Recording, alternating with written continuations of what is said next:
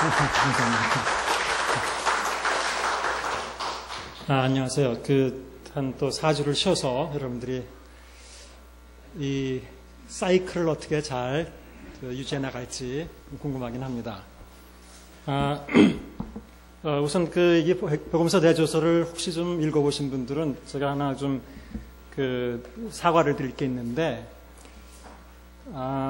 이게 뭐 글씨가 틀린 게 아니라 아마 그 글자 간격이 막 이렇게 붙어 있거나 이상하게 띄어져 있거나 이렇게 된 부분들이 나왔습니다. 이거는 뭐 의도한 게 아니라 제가 넘겨준 파일이 출판사에서 출판되면서 포맷이 조금씩 바뀌어버렸어요. 그래서 줄이 바뀌거나 이런 문제가 좀 생겼어요. 그래서 여러분들이 뭐 주의 있게 그런 걸 발견하지 못했다면 다행이지만 또 열심히 보는 분들은 또 그런 걸 보면서 왜 이렇게 했을까라고 생각할 수도 있는데, 그거는 이제 사고입니다. 제가 넘겨준 파일대로 나오질 않았어요. 마지막 출력에. 그래서 미리 그걸 한번 사과를 드립니다. 자, 지난번에 우리가 이제 마가복음을 했는데, 이제 바로 이제 들어갑니다. 마가복음은 전체적으로 예수님을 이제 하나님의 아들로 그리고 있다라고 말씀드렸어요. 근데 이제 오늘 문제에도 나왔지만 예수님을 왕으로 표현한 복음서는 마태복음이다. 그래서 여러분들이 혹시 이런 표현을 할 때 오해하지 마세요. 그러면 마가복음은 예수님을 왕으로 표현하지 않았느냐? 아니에요. 다 그래요. 그럼 마가복음이 예수님을 하나님의 아들이라고 하는데, 그렇다면 마태복음은 하나님의 아들이라고 그러지 않느냐? 아니에요. 다 똑같아요. 하지만 어느 부분을 조금 더 부각시키고 어느 부분을 조금 더 대표적으로 강조했느냐, 이런 것이지, 혹시 여러분들이 오해하지 않겠지만 그런 부분에 대해서 오해하지 마세요. 자, 그래서 마가복음 1장 1절은 하나님의 아들 예수 그리스도의 복음의 시작이다라고 선언을 해놓고 이야기를 쭉 시작해서 진행해 나가는데, 지난번에 말씀드렸지만 그때 15장이 될 때까지 귀신들을 제외하고는 아무도 예수님을 하나님의 아들이라고 알아보는 사람이 없다. 너무 재밌죠. 그러니까 어떻게 보면 제가 지난번에도 기억상실증 얘기를 잠깐 드렸지만 뭐 그런 거랑 비슷한 거예요. 빨리 누가 하나님의 아들이라고 처음부터 선언을 해주면 좋을 텐데, 그럼 이야기가 재미없어요. 다 끝나요. 어떻게 보면 이것이 이제 스토리를 이끌어가는 어떤 긴장관계를 유지하면서 스토리를 이끌어가는 하나의 어떤 문학적인 방식이라고 볼 수도 있어요. 이건 마가복음이. 끝까지 숨기고 있다가 15장에서 십자가 밑에서 백부장이 이는 진실로 하나님의 아들이었다라고 고백하면서 이제 결론이 나는 거예요. 이 중간에 어떤 인간적인 인물도 예수님을 하나님의 아들로 알아보지 못해요. 귀신들만 알아보고 있고. 어쨌든 이렇게 해서 이제 이야기가 쭉 진행이 됐는데, 이야기를 나다 보면 주인공은 예수님이고, 당연히 복음서에서 어느 복음서에서나 다 그렇습니다. 근데 이야기라는 건 항상 주인공이 있으면 우리가 이제 문학적으로 프로테거니스트라고 하는데, 보통 엔테거니스트가 있어요. 주인공의 상대 역을 맡은, 이게 선한 역할이라면 악역을 맡은 인물들이 꼭 있어요. 누구예요? 복음서에서는 주로 예수님과 많이 부딪힌 그 반대편인, 주로 바리새인들. 그러니까 뭐 그냥 우리는 유대교 지도자들 이렇게 이제 보통 이라고 표현합니다. 왜냐하면 바리새인만 있는 게 아니라 사두개인들도 있고 가끔 바리새인들이 추측된 인물들로 등장하지만, 그 다음에 나중에 예수님 돌아가실 때는 제사장들과 장로들을 다 뭉쳐서 다 이제 지도자급 인물들이죠. 이 사람들이 이제 소위 예수님과 상대적인 상대역으로 나와요. 그리고 이제 예수님과 가까이 따라다녔던 집단으로는 우리가 잘 아는 제자들이 소역으로 나와요.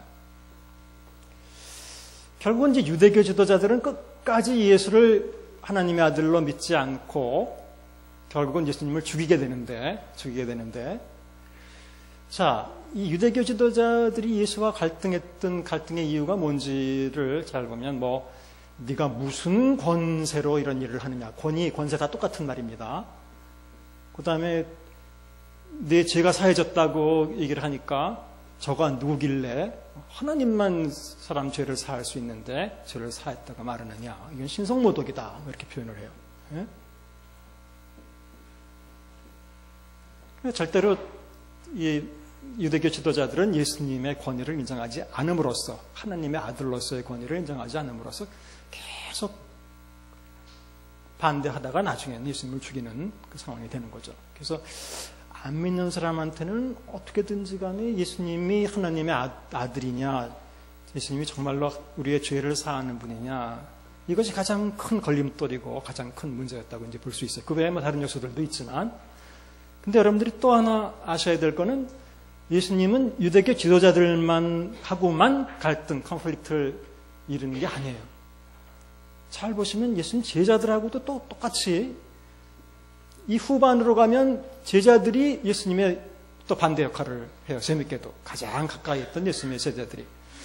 유대교 지도자들은 예수님의 권위가 정말 하나님의 권위를 가졌느냐라는 문제에서 충돌하지만, 제자들은 예수님과 어떤 문제에서 가장 많이 충돌하느냐, 어떤 문제가 중요한 문제입니까? 혹시 십자가, 그렇죠. 굉장히 가까운 얘기예요. 맞아요. 맞는 얘기. 얘네들은 고난 이야기만 나오면 문제가 커져요. 그렇죠. 바로 마가복음이 계속 그렇게 그래요. 예수님이 고난 받으셔야 된다, 죽으셔야 된다는 얘기를 몇 번 하셨어요? 복음서에 몇 번 하셨어요? 3번 하셨어요. 3번. 뭐 더 있을 수도 있어요. 물론 기록된 게 3번이에요. 근데 3번째 말했다 이런 거는 이게 그 유대인에게도 숫자라는 개념이 있거든요. 우리 예를 들자면 우리는 4자가 그 죽을 4자잖아요. 뭐 일본에도 그렇죠. 일본에도 4자 그렇죠. 그 우리는 가면 저도 어디서 걸어 내려오는데, 아유 5층에서 걸어 내려오는데 이거 어떻게 다 걸어 내려가나. 한층을 내려갔더니 3층이에요 바로. 와. 한 층이 없어요. 4층이 없는 데가 우리 굉장히 많죠. 이게 4자. 예를 들자면 유대인들은 6자가 그런 거예요. 6자가. 이게 그 사람 안 좋은 숫자의 개념이에요. 이게. 뭐 아마 서양이면 뭐 13 뭐 이런 거겠죠. 13이라 그래. 이런 것처럼. 그들의 습관이에요. 그러니까 마귀의 표가 666이라는 게 이 6자라는 숫자가 그들에게는 그 마귀의 어떤 숫자라는 전통적인 그 숫자 관이에요. 그것이. 이게 무슨 6자가. 요즘 자꾸 뭐 신용카드나 또 뭐 이런 데다가 뭐 666 뭐 씹는다고 뭐 그런 거 제발 기다만 듣지 마세요. 그런 거 별 의미 없는 거니까. 죄송하지만 우리나라에서 성경이 쓰였다면 666이라고 안 그랬고 444 이렇게 했을 거예요. 바로 그런 숫자예요. 그런 면에서 3이라는 숫자는 보통 이제 하나님의 숫자라고 보통 유대인들이 생각했던, 그러니까 이제 완전하다라는 의미예요. 그러니까 3번 했다 그러면 할 만큼 했다 이런 얘기. 쉽게 얘기하자면 딱 3번 했다 이런 의미가 아니라, 베드로가 예수님을 3번 부인했다가 나오죠. 그 다음에 예수님이 베드로에게 내가 나를 사랑하느냐 3번 물어봤죠. 근데 뭐 3번이라는 숫자가 그런 면에서 성경에 자주 등장하죠. 이건 3번이라는 그만큼 많이 했다, 할 만큼 다 했다, 뭐 이런 의미상으로 볼 때는. 어쨌든 3번이나 고난을 예고하는데, 특히 뭐 다른 복음서에서도 그렇지만 마가복음에서 고난을 예고할 때마다 제자들은 무슨 말인지 몰라요. 첫 번째 고난 예고했을 때도 모르고, 두 번째 이 모를 뿐만 아니라 완전히 엉뚱한 짓을 하고 엉뚱한 행동을 해요. 3번째 고난을 예고했을 때는 기억하실지 모르겠지만 야고보와 요한이 예수님께 찾아와서 주님의 영광 중에 우리를 하나를 주님의 우편에, 그 전에 뭐라고 말하냐면, 주님 우리가 원하는 것을 그대로 들어주십시오라고 먼저 요청해. 그거보다 이런 무례한 게 어디 있습니까? 우리가 원하는 대로 다 해주십시오 이런 얘기예요. 예수님이 그럼 뭐라느냐 한번 얘기나 해봐라 그랬더니, 주님의 영광 중에 하나는 우편에 하나는 좌편에. 영광 중에 영광? 예수님은 자기가 영광 받는다고 말해본 적이 없어요. 성경에 분명히 그랬어요. 고난 받는다고 얘기했어요. 고난 받는다고. 죽는다고 얘기했어요.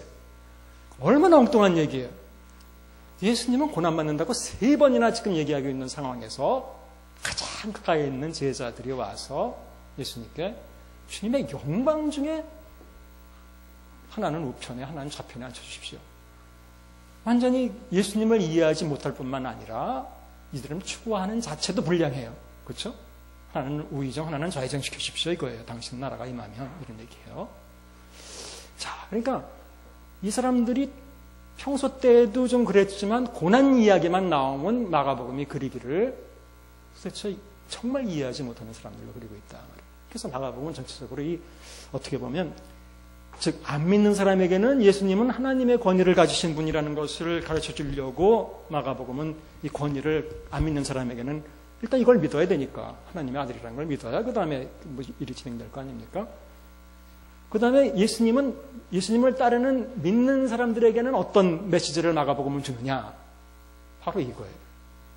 가장 그 당시 예수님을 가장 가까이 따랐던 제자들이 실패했던, 실족했던 그 중요한 이슈가 뭐냐 말이에요. 그게 뭐냐, 핵심이. 그건 고난이다.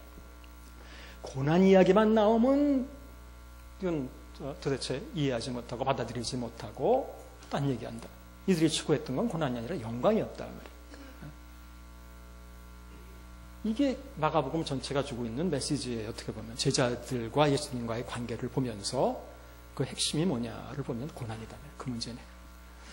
이 얘기는 똑같아요. 이거를 그 시대의 독자들한테 비교해보면 역시 그 시대의 독자들도 아마 고난을 받고 있었을 것인데 우리가 초기에 배웠지만 그걸 용납하고 쉽게 받아들일 수 없었단 말이에요.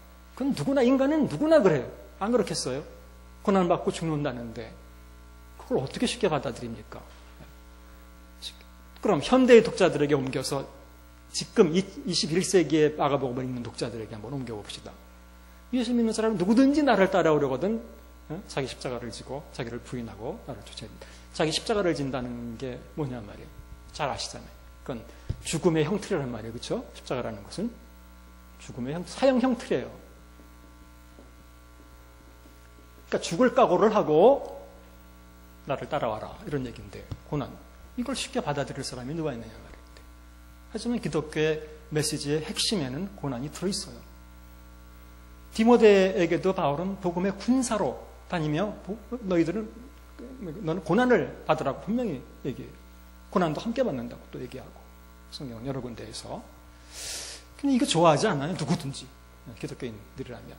하지만 마가복음은 그런 면에서 현대 독자들에게도 이 고난에 대해서 받아들일 것을 강하게 요청하고 있는 거예요. 이 제자들 이야기를 통해서 영광만 추구하고 있는 제자들의 이야기를 통해서.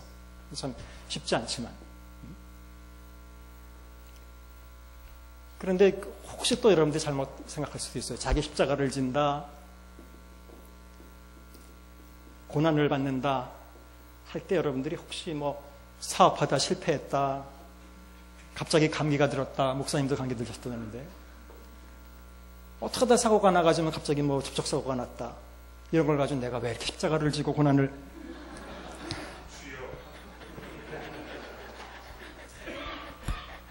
그거는 이 속에 들어가지 않습니다. 그런 면에서 좀 옛날 그 시대의 기독교인들과 지금 기독교인들은 좀 다른 거예요. 이것은 예수를 믿기 때문에 나를 위하여, 나와 복음을 위하여, 내 이름을 위하여 받는 고난을 고난이라고 그러는 것이지, 성경은 베드로전서에서 나오는 고난도 그런 거예요. 괜히 내가 뭐 가다가 감기 들렸다고 내가 왜 고난을 받나, 그건 고난하고 전혀 상관없는, 고난의, 성경에 말하는 고난의 수준에 들어가지 않는 그냥 일상적으로 겪을 수 있는 그냥 아픔일 뿐이에요. 이거는 여러분들이 이거 오해하지 마세요. 이거는 그 시대에는 예수를 믿기 때문에 받는 고난이에요. 근데 이제 또 하나 주목해야 될 것은 이렇게 실제로 또 고난 받았죠. 그 시대 1세기 때 기독교인들은 정말 고난 받았죠. 다 목숨을 버려야 될 정도로, 순교해야 될 정도로 고난 받았죠. 근데 그럼에도 불구하고 예수를 믿었다는 거예요. 이게 사실은 굉장히 지금하고는 다른 거예요. 우리가 뭐 예수 믿으면 밥 나오냐, 뭐 나오냐. 안 나와요. 진짜로 안 나온다. 그 시대에는 밥이 안 나오는 걸 넘어서서 목숨까지 내놔야 되는 상황이었다는 거예요. 그런데 도망가지 않고 그 믿음을 갖고 있었다는 거예요. 근데 지금 그 일반적인 기독교인들의 생각은 굉장히 다른 거예요. 이것과는, 그런 면에서. 그때는 내 목숨을 내어줘 가면서도 신앙을 지켜야 되는 게 이제 그 시대의 신앙이었다고 한다면, 지금은 나의 어떤 무슨, 뭐 다 그런 건 아니지만 일반적으로 현실적인 조그마한 아픔들이나 또는 현실적인 만족감 또는 어떤 뭐 물질적인 뭐 다른 그 기타 여러 가지 내가 조금 더 풍요롭거나 만족하기 위해서 신앙을 가져요. 그렇잖아요. 많은 사람들이, 여기는 안 그러겠지만. 그래서 이게 그 1세기 때 기독교를 믿었던 사람들 신앙의 본질과 굉장히 다른 거죠. 지금 우리가 보통 신앙을 가지는 것과. 어쨌든 간에 이렇게 마가복음은 이 고난의 메시지를 우리에게 전해주고 있습니다. 자, 그렇다면 이건 뭐 다 마태복음하고도 연결되고 다 연결되는 거니까. 그 당시에 유대교 지도자들이 지금 예수님을 메시아로 인정하지 못했다고 하는데 아직도 결국은 유대인들이 메시아를 인정하지 못하니까 유대교가 그냥 있는 거 아닙니까? 그럼 그 시대에 도대체 유대인들은 왜 제자들도 예수님을 메시아로 못 믿었어요? 부활을 체험하고 나서 비로소 모든 눈이 띄어지고 성령을 받고 나서 그들이 믿게 된 것이지 예수님 살아가셨을 때 제자들마저도 몰랐어요. 그렇죠? 왜 그들은 예수님을 메시아로 받아들이지 못했는가? 뭐 상식적으로 첫 번째, 그들이 볼 때 그들이 기대했던 메시아상은 우리가 뭐 일반적으로 상식적으로 알고 있지만 정치적인 메시아였었어요.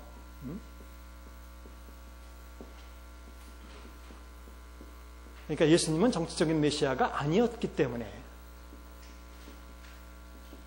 이것이 일단 그 중요한 그 이유예요. 그런데 그들은 왜 정치적인 메시아를 기대했을까? 그거는 상식적으로 너무 당연한 거예요. 그들이 정치적인 메시아를 기대한 것은. 왜 그랬겠습니까? 로마의 식민, 단신 로마의 식민자는 역사적으로 여러분들 잘 알다시피 이제 북왕국 남왕국이 있었잖아요. 자, 북왕국 남왕국이 있었는데 북왕국 여로보암과 그 르호보암, 솔로몬 다음 시대 때부터 왕국이 나누죠. 북왕국 이스라엘과 남왕국 유다로 갈리죠. 아시다시피 구약 역사를 아시다시피 이스라엘은 BC 722년에 아시리아의 포로로 잡혀가죠. 뭐 없어져 버렸어요. 그 다음에 유다는 BC 586년에 또 바벨론 포로로 잡혀갔어요. 그 나라를 잃었어요. 그래서 우리 이제 이스라엘은 이미 없어졌고, 그 다음에 이스라엘 역사를 유다를 통해서 이스라엘 역사가 그래도 이어지는데, 바벨론 포로로 잡혀가서 나라를 잃었음에도 불구하고 중요한 건 바벨론에서 이들은 공동체 생활을 했어요. 그래서 그 보니엠의 옛날 노래도 있죠. By the rivers of Babylon. 아시죠? 옛날 사람들은 다 알죠.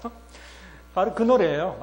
By the rivers of Babylon, where we sat down. 뭐 우리가 바벨론 강가에 앉아서 거기서 시온을 생각하면서 울었다. 성경에 나오는 얘기죠. 그래서 항상 시온에 돌아갈 거를 이렇게 기대하고 있었죠. 어쨌든 이때 나라를 어떻게 보면 일단 잃은 거예요. 그래서 바벨론에서 후비된 거예요. 그러다가 537년경 소위 바사왕 고레스라고 하죠. 페르시아의 바사라는 건 페르시아입니다. 페르시아인 고레스가 돌아가도 좋다라는 정권이 바뀌면서 칙령을 내려서 귀환하기 시작해죠. 그때 한 3번에 걸쳐서 계속 돌아옵니다. 그래서 돌아와서 독립을 하고 성전을 짓고 노력하지만 재밌게도 그때 정치적인 독립을 못했어요. 실제로는 아직까지도 페르시아 왕에게 조공을 계속 바치고 성전에서도 그를 위해서 또 예배를 드리고 그랬단 말이에요. 그러니까 실제로는 계속 페르시아의 지배 밑에 있었다는 거예요. 그래서 537년에서 338년까지 그래서 이거 중간 시대인데 우리가 페르시아 시대라고 그래요. 페르시아의 밑에 있었던 시대라는 거예요. 그래서 338년은 뭐냐면 이제 페르시아가 멸망하면서 동방의 알렉산더 대왕이 이쪽을 이제 점령해버려요. 그렇죠? 그래서 이제 헬레니즘입니다. 그래서 338년부터 167년까지 이때를 헬라 시대라고 그래요. 근데 실제로 알렉산더 대왕은 323년, BC에 이건 다 BC입니다. 323년에 죽어요. 왔다가 인도까지가 돌아오면서 돌아오다 죽죠. 36살의 나이로 죽어요. 그가 죽으면서 그 아들 때에 또 역시 왕들이 이제 지배하는데 처음에는 이집트 쪽의 왕들이 지배했다고 그다음에 이제 시리아 쪽의 왕들이 이렇게 지배해요. 어쨌든 간에 그렇게 해서 167년까지 와요. 167년이 뭐냐면 소위 마타디아스가 그 소위 독립운동을 일으켜서 독립을 한 시기예요. 그래서 63년까지 역시 BC. 그래서 이때 잠깐 독립했었어요. 독립 시기예요. 이때가 독립 시기. 이때 잠깐 독립했었어요. 100년 동안. 사실은 굉장히 그 나라는 어지러웠어요. 이때는 어지럽는데 대신 이때 뭐가 나왔냐면 소위 우리가 잘 아는 유대인 분파들이 나왔습니다. 여러분 구약 읽어보시면 한 번도 바리새인, 사두개인 이런 얘기 안 나오죠. 그렇잖아요. 구약에 바리새인, 사두개인 나오죠. 바로 이때 생겼어요. 바리새인, 사두개인, 뭐 에스테네파, 뭐 우리가 아는 뭐 다 있습니다. 뭐. 이거 자세히 못해요. 이것만 가지고도 한 학기 해야 돼 이거는. 그래서 어쨌든 간에 이때 독립시대가 잠깐 있다가 63년이 뭐냐면 폼페이 장군이 로마가 이제 팔레스틴을 또 점령할 때 결국은 이때부터는 또 로마가 점령을 해서 이건 AD 70, 여긴 BC 63년이고 요건 AD 70년입니다. AD 70년에 아주 중요한 사건이 있었죠. 예루살렘 멸망. 그때 예루살렘이 멸망했어요. 그러니까 결국 이때 잠깐 독립한 이후에 계속 남이 나라에 그리고 나서 이스라엘이 언제 독립했어요? 진짜로 1948년일 거예요 아마. 그렇죠? 나라를 다 잃고. 그러니까 이 사람들이 어쨌든 이 시대에 살았던 사람들이 독립 잠깐 했다가 로마 시대 이 사람들이 꿈꿨던 거는 계속해서 꿈꿨던 거는 또 구약에도 그게 있고 내가 내 조상의 왕 다윗의 왕위를 경고케 하겠으며 다윗과의 계획이라고 그러죠. 그걸 내가 지켜주겠다라고 이스라엘 백성하고 약속했던 약속이 있기 때문에 항상 그걸 기억했던 거예요. 이들이 기대했던 건 항상 다윗의 왕조의 재건이에요. 다윗 왕은 의로 다스리는 것뿐만 아니라 실제로 영토도 굉장히 나름대로 넓혔어요. 솔로몬 왕 때 영토가 조금 더 넓었지만 솔로몬 왕은 별로 이스라엘 백성들이 존경하는 왕이 아니에요. 왜냐하면 그 아들 대에서 일단 나라가 반으로 나눠졌고 또 솔로몬은 다른 일보다 성전을 졌지만 성전 진거에 대해서도 성경을 기록한 그러니까 성경 사가들도 두 가지 입장을 취해요. 긍정적으로 성전 진거를 보는 관점이 있고 성전 진거를 부정적으로 보는 관점도 있어요. 누가 하나님이 성전 원했느냐 말이에요. 그 솔로몬이 졌지. 사도행전에 읽어보셔도 스데반이 죽기 전에 이렇게 설교하는 데서도 잘 나와요. 하나님은 신인데 사람의 손으로 지은 그런 건물 속에 들어가 있지 않단 말이에요. 이렇게 얘기하죠. 어쨌든 간에 솔로몬은 별로 이렇게 중요한 인물이 아닙니다. 그 다음에 성전 짓는다고 여러분 잘 보시면 이런 사회적인 관점에서 보면 사람들을 다 해외 파견근로 시켜서 나무 해오고 이런 걸 시켰어요. 그러니까 이산 가족을 많이 만들었어요. 그러니까 좀 그 밑에 또 세금도 나중에 많이 걷고 뭐 여러 가지. 겉으로 행적을 어떤 것을 많이 했느냐 이런 문제가 아니라 사람들을 제대로 어떻게 보면 다스리지 못했다. 별로 존경받는 왕이 아니에요. 어쨌든 다윗 왕 같은 왕이 나와서 그렇다면 영토도 당연히 독립된 영토를 가지고 이렇게 다스릴 수 있는 게 그들의 꿈이었단 말이에요. 꿈이. 근데 남의 나라 밑에 사는 사람들이 어떻게 일단 독립을 안 하면서 어떻게 이것이 가능하냐. 그렇죠? 그래서 항상 나라가 독립할 수 있는 그런 왕권을 가진 그런 사람들이 나왔으면 좋겠다. 그런데 예수님은 와가지고 그러길 기대했지만 절대로 한 번도 자기가 그런 어떤 정치적으로 왕이 되려고 노력하지도 않았고 그렇게 표현하지도 않았고 겉으로 외적으로 볼 때도 예수님은 다윗의 자손 소위 다윗의 아들이라고 말하기가 참 어려웠어요. 예수님의 직업은 뭐였습니까? 목수였잖아요. 그러니까 사람들도 이 사람 목수 아니냐 아니면 이거 목수의 아들 아니냐 이렇게 다 인식을 했잖아요. 사람들이. 전에 엄마도 내가 알고 전에 가족들을 내가 다 아는데 저거 목수 출신인데 저거 무슨 하나님의 아들이냐 이해할 수 없었어요. 그런 출신으로 볼 때 위대한 어떤 신앙적인 가문에서 나온 사람이 아니라는 거예요. 굉장히 그들이 이해할 수 없었다는 거예요. 두 번째, 예수님은 그들이 생각하는 경건한 인물이 아니었다는 거예요.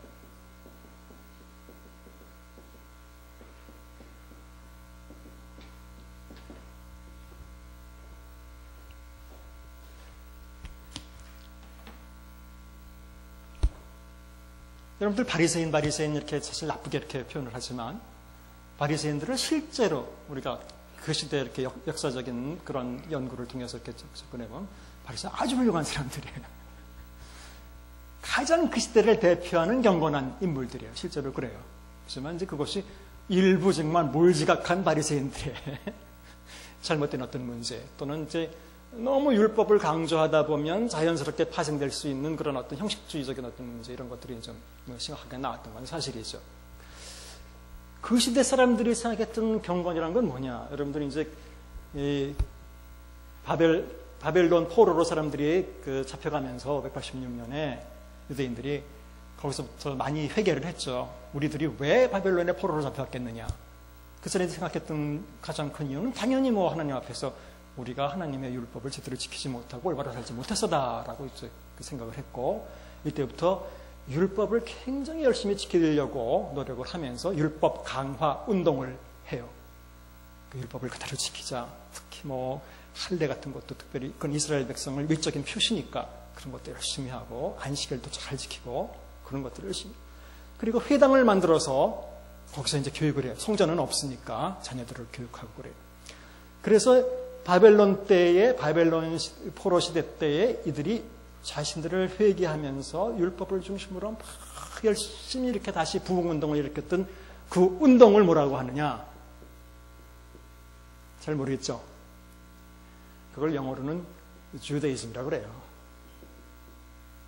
이게 우리말로는 유대교라고 번역을 해버렸어요. 사실은 이건 여러분들이 잘못 이해할 수 있어요.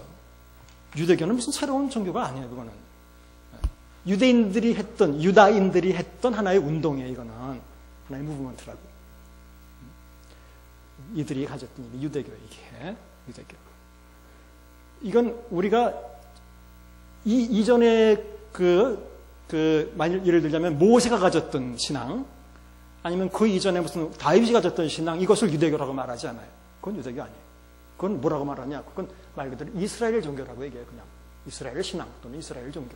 이렇게 얘기해요. 그러니까 여러분들 용어 이해를 잘 하셔야 돼요. 여러분들 속에 혼동되는 것 중에 하나가 이런 걸 거예요. 자, 이스라엘이라는 명칭이 있고, 유대인이라는 명칭이 있죠? 히브리인이라는 명칭이 있죠? 자, 이 세 가지 명칭 중에 어떤 게 가장 큰 포괄적인 명칭이에요? 여러분들이 볼 때. 이스라엘인입니다. 이스라엘은 다 가리키는 말이에요. 저기 아브라함부터 다 얘기하는 거예요, 사실은. 네? 다 가리키는 말이에요. 그럼 두 번째 포괄적인 용어는? 둘 중에 하나예요. 확률 50%. 유대인이 아니라 히브리인이에요. 왜냐하면 히브리인은 언제부터 나오냐면 출애굽할 때부터 나와요. 그 출애굽한 그 백성들을 보통 히브리인이라고 해요. 이건 뭐 얘기하자면 여기도 길어요. 다 설명은 안 할게요, 제가. 그 다음에 제일 좀 이 중에서 작은 개념이 유대인이에요. 바로 유대인은 이 포로로 잡혀갔던 유다부터 나온 거예요. 유대 운동을 했던 그 모체를 얘기하는 거예요. 나중에는 유대인들만 남았으니까 다 유대인이 된 거죠, 사실은. 이스라엘 백성, 북왕국 이스라엘 백성들은 다 흔적이 없어지고 했으니까. 어쨌든 간에. 그래서 이때부터 유대인들의 특성은 유대이즘의 유대교, 유대 운동의 특징은 바로 율법 강화예요. 어떻게든지 철저하게 율법을 지키자는 거예요. 그래서 뭐 안식일 하나만 지키려고 해도 몇십 가지 세부적인 율법 교양을 다 만들어서 어떻게든지 지키려고 노력을 했던 거예요. 굉장히 어떻게 보면 잘한 거죠. 한편으로 보면 잘한 거죠. 근데 이제 거기 매이다 보니까 실제로 완전 율법에 지켜야 되는 정신이나 이런 것들은 별로 이렇게 사람들이 상관없게. 그러니까 모두가 다 그랬던 건 아니에요. 특히 예수님께 비판받던 그런 유대인들이 그랬던 것이지. 자, 그들의 입장에서 볼 때는 그런 면에서 예수님 시대 때도 유대인의 입장에서 볼 때는 철저하게 율법을 지키고 또 율법뿐 아니라 그동안 장로들이나 이런 사람들이 계속 이어져 내렸던 전통도 잘 지킬 수 있다면 뭐 손 씻고 식사를 한다든지 당연히 그런 사람들이 가장 경건한 사람이었어요. 그들의 눈에 볼 때는. 근데 예수님은 어땠느냐? 자, 이게 사기자손이라 목수의 자손이 돼버렸고 어땠느냐? 율법 중에 가장 겉으로 볼 때도 엄격하게 지켜졌던 것 중에 하나가 일단 안식일이고, 그렇잖아요. 그 다음에 이들은 먹는 문제, 이게 일상에서 항상 먹어야 되는 거니까. 그래서 뭘 먹느냐, 뭘 먹지 않아야 되느냐, 이거 굉장히 따졌고, 성경에 먹지 말라는 거 있죠. 뿐만 아니라 누구와 먹느냐, 이것도 굉장히 중요한 거였었어요. 왜냐하면 그런 식탁, 누구와 같이 식탁을 같이 하느냐에 따라서 이건 같이 동류, 같은 그 수준의 사람들로 이렇게 인식이 됐기 때문에 절대로 이방인들하고 식사 같이 안 하죠, 유대인들이. 너무 당연한 거예요. 베드로가 한번 이방인들하고 식사하다가 또 누가 오니까 안 그런 척하고 또 물러갔단 말이에요. 그랬다가 갈라디아에서 보면 바울한테 대놓고 혼내요. 바울이 대놓고 면책했다 그랬어요. 네가 유대인으로서 유대인처럼 살지 않으면서 어떻게 이방인들로 유대인처럼 살게 만들려고 그러냐 하면서 막 야단을 쳤어요. 자기가 야단 쳤다고 바울이 얘기를 해요. 어쨌든 철저하게 율법을 지키고 그 중에서도 안식일, 그 다음에 정결법이라고 하는 거예요. 그것이 정결법. 무엇은 깨끗하고 무엇은 더럽고 아주 철저하게 지켰다는 거예요. 철저하게. 근데 음식만 깨끗하고 더럽고가 아니라 사람도 깨끗한 사람이 있고 더러운 사람이 있는 거예요. 이 사람들 볼 때는. 그러니까 똑같은 거예요. 그러니까 유대인들은 일단 이방인들 더러운 사람들이죠. 쉽게 얘기하자면. 불결하죠. 당연해요. 이방인들은 개처럼 생각했으니까. 그 다음에 같은 유대인들이라도 무슨 예를 들자면 병든 사람은 당연히 건강한 사람보다 부정하다고 생각했고 병 중에서는 또 부정한 병들이 아주 많았고 뭐 나병 이런 건 당연히 부정하다고 느꼈고 여자들이 그 피 흘리는 병 같은 건 아주 부정하다고 느꼈고 이런 건 뭐 구약에서도 이제 그 뿌리가 있으니까 이런 사람들은 병자 손도 안 댔다고요. 하지만 성경에 보시면 예수님은 이런 사람들을 손을 대서 고쳐주셨다. 굉장히 큰 의미가 있는 거예요. 이들은 손도 안 댔단 말이에요. 여러분들 선한 사마리아 사람 비유해 보면 어떤 사람이 거의 죽음받아가지고 쓰러져 있었는데 강도를 만나서 세상에 가다가 그냥 지나가 버렸다. 레위인이 가다가 그냥 지나가 버렸다. 물론 사랑이 없어서 그랬다라고 볼 수 있지만 이들은 율법을 지켜야 된다는 생각이 더 많았던 거예요. 그러니까 죽은 사람을 만지면 안 돼요. 부정하기 때문에 특별한 경우가 아니면 어쨌든 간에 이 철저하게 정결법도 지켰고 안식일도 지켰고 그 다음에 뭐 먹을 때 손 씻고 먹는 전통이나 이런 것도 다 지켰고 열심히 지켰어요. 그런데 예수님은 어땠느냐? 안식일날 사실 안식일을 어긴 건 아닌데 그들의 눈에 볼 때는 어긴 거예요. 안식일날 병 고치셨죠.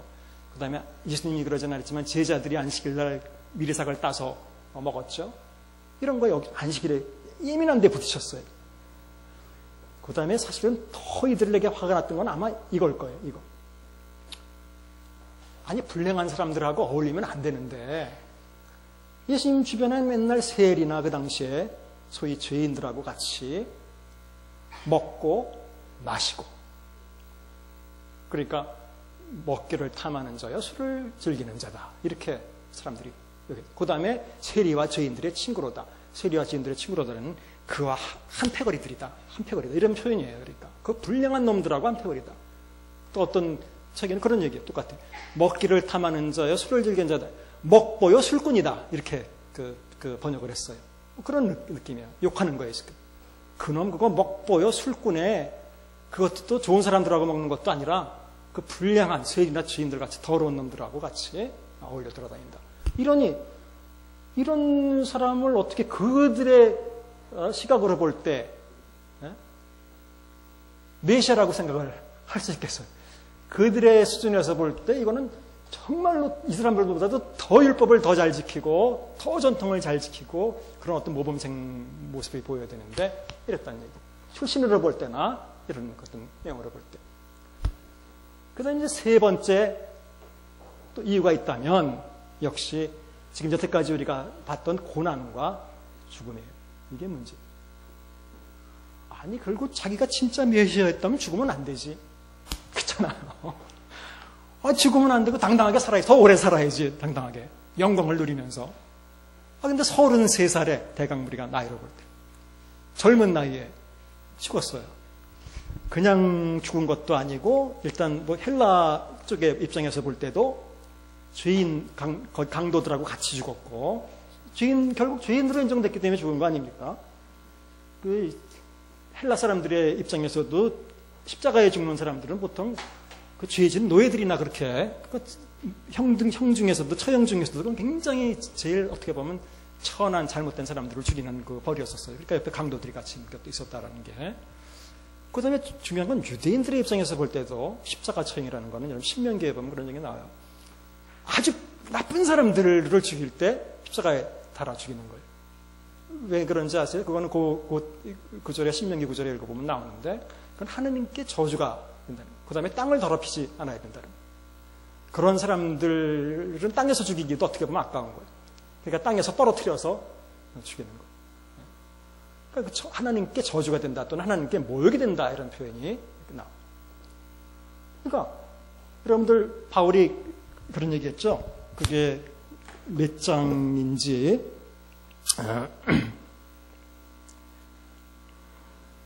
고린도전서 1장 23절에 보면 우리는 십자가에 못 박힌 그리스도를 전하니 유대인에게는 꺼리는 것이요 이방인에게는 미련한 것이로다 이렇게 표현을 했죠. 바로 그거예요.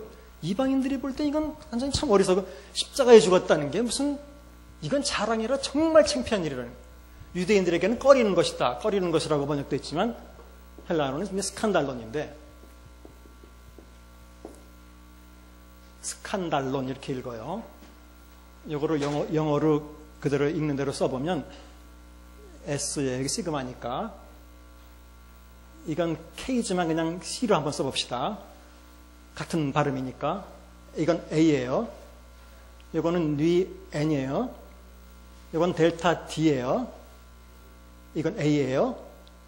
L예요. 이거는 여기까지만 쓰면 이게 영어의 단어죠. 왜? 예, 스캔들. 이게 스캔들. 여기서 나온 거예요. 스캔들이라는 말. 원래 이 말 자체는 걸림돌이라는 뜻이에요. stumbling block. 걸림돌이라는 뜻이에요.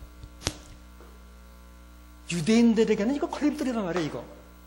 왜냐, 이건 구약에서도 이거는 아주 저주받은 인간이 죽는 죽음인데, 아니, 무슨 영광스럽게 이렇게 뭐 죽었다면 또 모르는데, 이건 구약적으로 볼 때도, 또는 헬라인들의 입장에서 볼 때도, 이런 죽음은 이건 정말 그 저주받은 죽음이고, 어떻게 보면 참, 초라하고, 어떻게 보면 참 불쌍한, 아주 그냥 또 그런 그 죽음이었단 말이에요.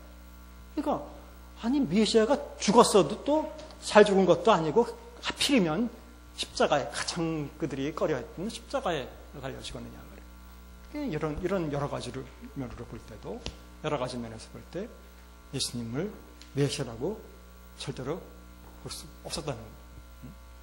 그래서 오히려 바로 이 사람들 손에 어떻게 보면 죽은 거죠. 뭐 법적으로는 빌라도가 책임이 있지만 실제로는 유대인들이 죽음으로 몰고 간 거죠. 자, 또 하나, 왜 이 사람들 성경을 잘 알았던 사람들인데 구약에 메시아가 고난받고 죽어야 된다는 생각이 있지 않았습니까? 근데 여러분들이 그건 잘못 생각하시는 거예요. 이들의 성경 이해 속에는 메시아가 고난받고 죽어야 된다는 생각은 없었어요. 있지 않습니까? 이사야서 42장, 49장, 50장, 52장, 53장, 여기가 유명한 건데, 소위 고난받는 종의 사상이 여기 나와요. 구약을 배우시면. 고난의 종, suffering servant라고 하는데, 아주 굉장히 중요한 사상입니다. 특히 53장에 우리 잘 아는 그가 찔림은 우리의 물을 인하며 한 그 구절이 있어요. 그가 채찍으로 맞음으로 우리가 나음을 입었다. 그런 걸 성경을 잘 이해했으면 예수님을 이해했을 거 아닙니까? 근데 여러분들이 잘못 이해하고 있는 거죠. 유대인들은 이거는 메시아 개념이 아니에요. 이 구절은. 이건 말 그대로 고난받는 종의 개념이고, 그들이 생각하는 고난받는 종은 보면 나의 종 이스라엘이라고 성경에 보면 그렇게 나와요. 일단은 이스라엘 백성을 가리키기도 하고, 또는 그 시대에 어떤 고난받던 예레미야와 같은 예언자가를 가리키기도 해요. 개인으로 볼 때는. 이스라엘에 대한 얘기였었지 그들이 이해할 때는 앞으로 올 메시아에 대한 얘기가 아니었다라고 그들은 해석했기 때문에 그런 거예요. 다른 개념으로 이해했다는 거예요. 이건 나중에 예수를 믿게 된 유대인들이, 기독교인들이 이제 성경을, 구약을 이렇게 새롭게 해석했기 때문에 기독교인들은 이거를 메시아에 대한 구절로 받아들이기 때문에 우리는 문제가 없지만 지금도 유대인들은 그렇게 받아들이지 않을 거예요. 이런 구절이 있었지만 이거는 메시아에 대한 구절로 보지 않았어요. 또 메시아가 하나님의 아들이라는 생각도 없었어요.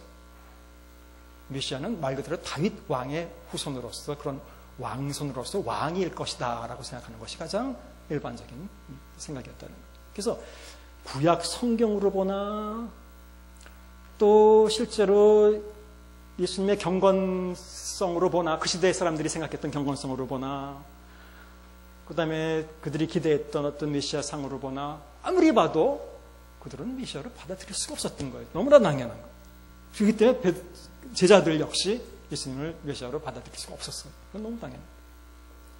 좀 다른 얘기지만 예수님이 만일 똑같은 모습으로 지금 이 땅에 오셨으면 여러분들은 금방 예수님을 발견할 수 있을까? 제가 이렇게 바꿔볼게요. 자, 예수님의 원래 직업은 목수였죠. 그럼 목수로 태어나요, 이 땅에. 이제 목수가 지금도 그렇게 존경받는 그렇게 직업은 일반적으로는 아니죠. 그래서 30년 동안 30살 될 때까지 아버지 따라서 공사장에 가서 집도 짓고 그렇게 해요. 그러다 갑자기 이 사람이 이제 내 진짜 아버지 일을 해야 되겠다. 그리고 집을 나가더니 제자들도 만들어가지고 그리고 저기 동해안 남해안 가서 고기 잡는 어부들 데려다가 나를 따라가라 그래가지고 들고 돌아다니면서 막 철학적인 얘기를 막 해대고 근데 보면 일반적으로 경건하다고 생각하는 그런 삶을 안 살고 불량배들하고 막 어울려 다니고 먹고 마시고 그러고 돌아다니고 그리고 뭐 어떤 때는 그 교회 장로와 집사들을 막 욕하는데 이 외식이라는 건 뭐 위선자들이 위선자 이 장로와 뭐 그 집사들아 하면서 뭐 어떤 때는 뭐 독사의 새끼들아 뭐 네 목구멍은 열린 무덤이 어쩌니 막 욕까지 다 해대고 그다음에 길 가다 보니까 교회를 너무너무 멋지게 크게 짓고 있어서 그 옆에 따라다니던 제자들이 저 교회 정말 엄청나게 크게 짓지요 그랬더니 네가 이 건물을 보느냐 돌 위에 돌 하나도 남지 않고 땀 무너질 거다 뭐 이러던지 자 그렇게 했다고 봅시다. 똑같아요. 목수로 태어나서 일반적으로 우리가 생각하는 경건의 모습을 가지지 않았어요. 그렇죠? 그리고 예수님처럼 행동했다고 봐요. 그러면 교회에 다니는 사람들은 성경을 많이 하니까 저분 예수님이네. 이렇게 볼 것 같아요? 누구 손에 죽을 것 같아요? 그 사람은? 교회 다니는 믿는 사람들 손에 죽을 거라고요. 절대로 지금도 예수님이라고 보지 않을 거예요. 항상 생각해보세요. 우리는 오히려 그런 신뢰가 있는데도 우리도 인정 안 할 텐데 그런 신뢰를 가지고 있지 않았던 유대인들이 그 당시에 예수님을 메시아로 받아들였을 수 없어요. 그건 너무너무 당연한 거예요. 그 다음에 이제 그런 걸 넘어서서 여러분들은 그런 면에서 또 예수님이 추구했던 삶이 어떤 건지 좀 잘 봐야 돼요. 그런 면에서. 똑같이 우리도 우리 나름대로는 열심히 하나님 말씀을 지키고 산다고 여러분들도 믿고 있을 것이고 또 우리도 우리 나름대로 또 전통적인 어떤 신앙의 어떤 삶을 따라서 지금 신앙생활을 하고 있어요.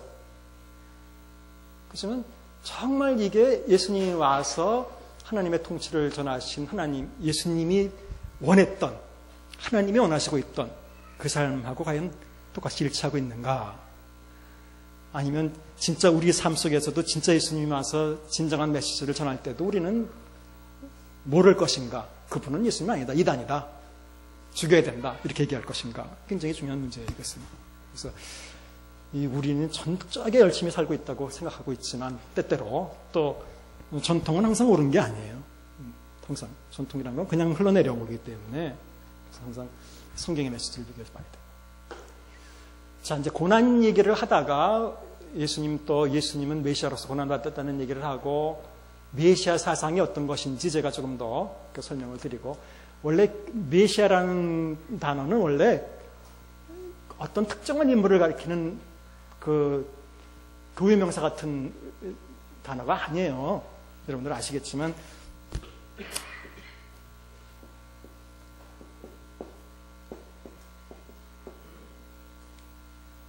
이게 이제 그 히브리어는 여러분들 이렇게 씁니다. 오른쪽부터 왼쪽으로 써요. 그렇게 읽는 거예요. 그 재밌죠? 여기는 히브리. 옛날에 우리는 이렇게 위에서부터 이렇게 내려서 썼죠. 세로로 쓰면서 오른쪽부터 써들어갔죠. 옛날 성경도 그렇게 됐죠. 그래서 누가 그러더라고 이건 동양식의 사고고 서양은 가로로 쓰고 왼쪽에서 오른쪽으로 읽고 근데 재밌게도 유대인은 이 중간에 있어서 가로로 쓰되 오른쪽부터 왼쪽으로 이렇게 써요. 이게 마시호, 마시아 이 말이 바로 원래는 기름 부음 받은 말 그대로 기름 부음 받은 자라는 뜻이에요.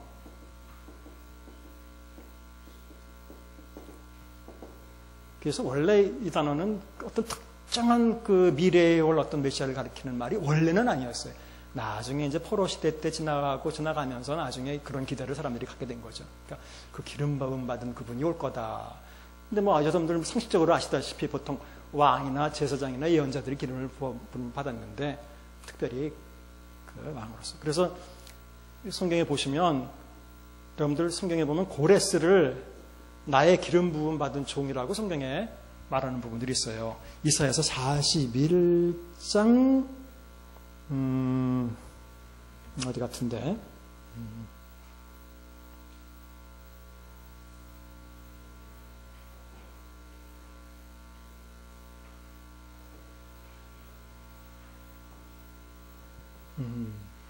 아, 45장 1절. 이사야서 45장 1절에 보면 거기도 메시아라고 나와요. 헬라어로는 크리스토스예요. 그러니까 고레스를 한때 그리스도, 메시아로 생각했다는 거예요. 왜냐하면 고레스가 이스라엘을 해방해 준 거나 마찬가지죠. 돌아가라고 명했잖아요. 그런 경우도 있었고, 또 이스라엘 역사에 보면 그 독립시대 때 요한 힐크나스 장군이라는 장군이 있었는데 그 장군이 영토도 넓히고 막 사마리아도 치고 밑에 땅, 에돔 땅도 막 치고 해서 굉장히 넓혔어요. 그때 사람들이 또 저 사람이 메시아가 아닌가 이렇게 생각한 적도 있었어요. 그러니까 어쨌든 간에 주로 왕들을 메시아라고 그런 사람들은 이제 기름 부음 받은 자라고 생각했다라는 거예요.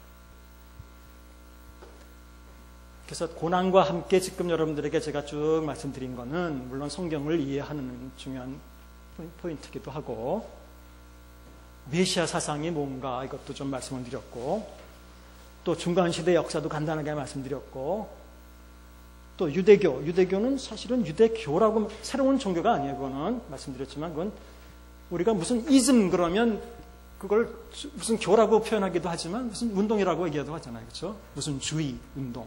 그래서 이건 유대주의 운동 그것을 의미합니다. 유대교는. 자, 이렇게 해서 이제 그 한번 마가복음을 정리하면서 또 중요한 개념들을 조금 설명을 드렸어요. 마태복음으로 들어옵시다.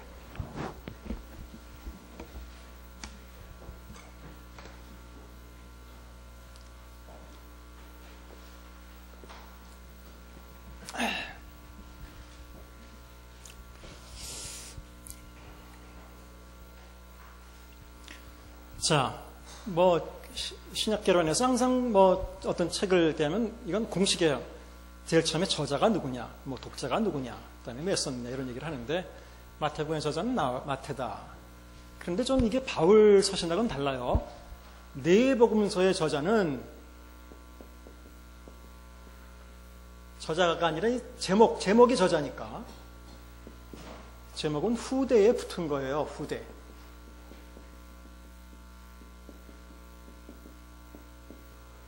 뭐 잘 아시다시피 성경에는 구약도 그렇고 원래 제목이 없었어요. 따로 제목을 만들지 않았다는 거예요. 근데 이제 복음서가 처음에는 마가복음이 먼저 쓰였고 그 다음에 마태복음 쓰이고 누가복음 쓰이고 아마 요한복음 쓰였을 텐데 처음에는 문제가 없었죠. 각 독자들이 그냥 따로따로 읽었으니까. 나중에 시간이 지나면서 아마 2세기 중반쯤 아마 네 복음서를 다 동시에 가지고 읽기 시작했을 것 같은데 구분을 해야 되잖아요. 어떤 복음이 도대체 어떤 복음인가, 뭘로 구분할까? 그 사람들 생각이에요. 여러 가지 구분하는 방법이 있을 수도 있어요. 뭐 복음서 그냥 1, 2, 3, 4 번호를 붙여도 될 거고, 아니면 뭐 순서대로 어떤 번호를 붙여도 될 것이고, 뭐 여러 가지 뭐 방법이 있을 텐데, 바울 서신 같은 경우는 갈라디아 교회에 그러니까 수신자를 중심으로 제목을 붙인 거죠. 그거는 로마인들에게 보낸 편지 이런 식으로. 근데 이건 수신자를 중심으로 제목을 붙이지 않고 복음서는 저자를 중심으로 제목을 붙였어요. 근데 중요한 건 이 저자에 대해서는 복음서 본문에는 전혀 안 나와요. 네 복음서 중에 요한복음만 그저 이 일을 증거하고 이것을 기록한 사람이 이 사람이다 라고 하면서 예수의 사랑하시는 제자라는 사람을 가리켜요.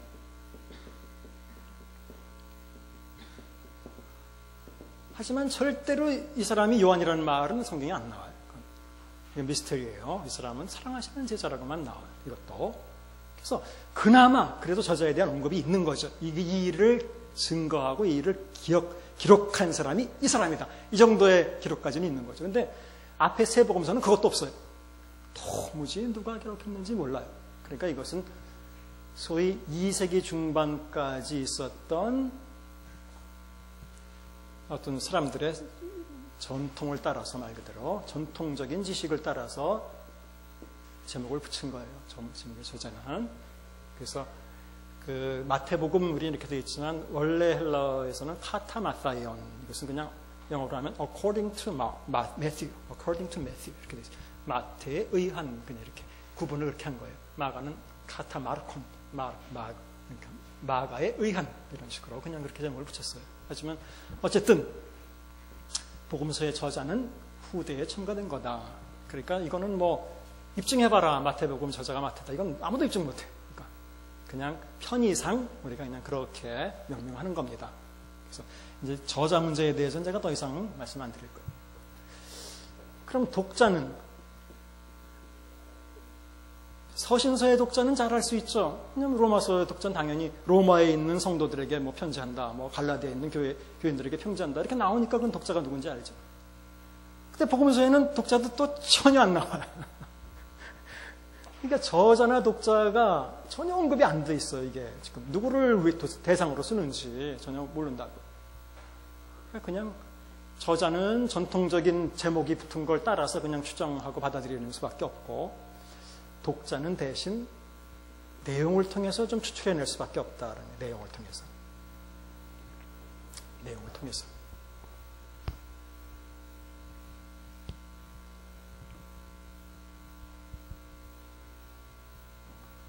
예를 들자면 마태복음을 읽으니까 다른 복음서에 없는 이런 얘기가 있어요.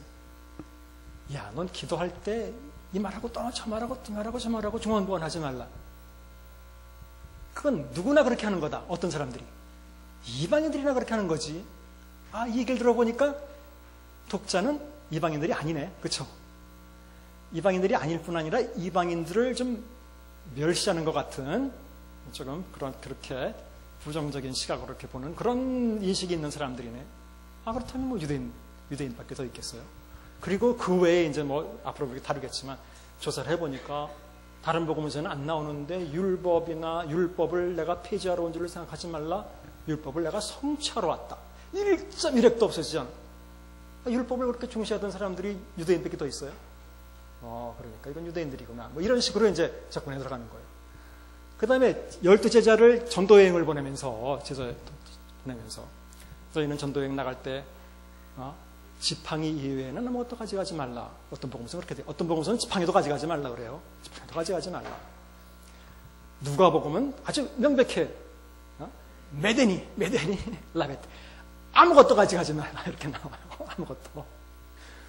그런데 마태복음을 읽어보면 너희는 전도여행 떠날 때 금전이나 은전이나 동전을 가져가지 말라. 아니, 제자들이 무슨 진짜 숨겨놓은 무슨 금이 어디 있어요? 이 금동전이 어디 있어요? 이건 제자들을 향해서 한 게 아니라고 보는 거거든요. 말씀드렸다시피 그때 삶의 자리 얘기를 했잖아요. 이건 지금 마태복음의 독자들에게 지금 하고 있는 얘기예요. 그들에게 금전, 은전, 동전 얘기를, 금전, 은전 이런 얘기를 한다는 것은 그들이 조금 더 부자였다는, 그걸 암시해 줄 수 있는 거예요. 뿐만 아니라 마가복음에 보면 코메, 시골 마을이라는 단어가 많이 나오면, 마태복음의 저서에 보면 마태복음에는 도시라는, 폴리스라는 말이 도시예요. 경찰이 아니라 도시, 헬라어로 도시라는 단어가 많이 나와요. 그러면 마태복음은 도시에 있던 조금 부유한 사람들에게 쓴 책이겠구나. 그런 식으로 이제 잘 성경을 조사해서 읽어서 독자가 어떤 계층이었는지를 대강 이렇게 판단해내는 거예요. 우리도 그런 거 아닐까요? 길 가다가 어떤 설교 테이블 하나 주셨거든요. 근데 도대체 이게 누가 누구에게 했는지 몰라요. 근데 들어보니까 여러분들이 헌금을 낼 때 뭐 10억, 20억 뭐 이런 얘기가 막 나와요. 이건 최소한 시골교회는 아니겠구나. 그 다음에 근데 반복해서 그 다음에는 제발 우리 싸우지 말고, 누굴 미워하지 말고, 용서해 줍시다. 이런 얘기가 반복해서 나와요. 그럼 잘 모르지만, 이 교회가 지금 뭔가 싸우고 있구나. 무슨 말인지 아시겠죠? 결국은 이제 그렇게 해서 성경을 잘 읽어보면 자꾸 어떤 부분을 많이 강조한다. 아, 그러면 그 교회의 성격이 어떤 교회였구나라는 것을 거꾸로 추적해서 우리가 알아내는 거예요. 그래서 나름대로 이제 그 독자가 어떤 독자였다는 것을 우리가 찾아낼 수 있는 거죠. 재밌어요. 그래서 이제 그 발견해낸 독자였던 모습이 거기 뭐 잠깐 뭐 써 있는데, 그 이전에 또 좀 잠깐 다른 얘기를 또 드릴게요. 자, 기독교의 처음 이제 뭐 예루살렘에서 이제 교회가 시작됐다고 보는데, 당연히 뭐 예루살렘.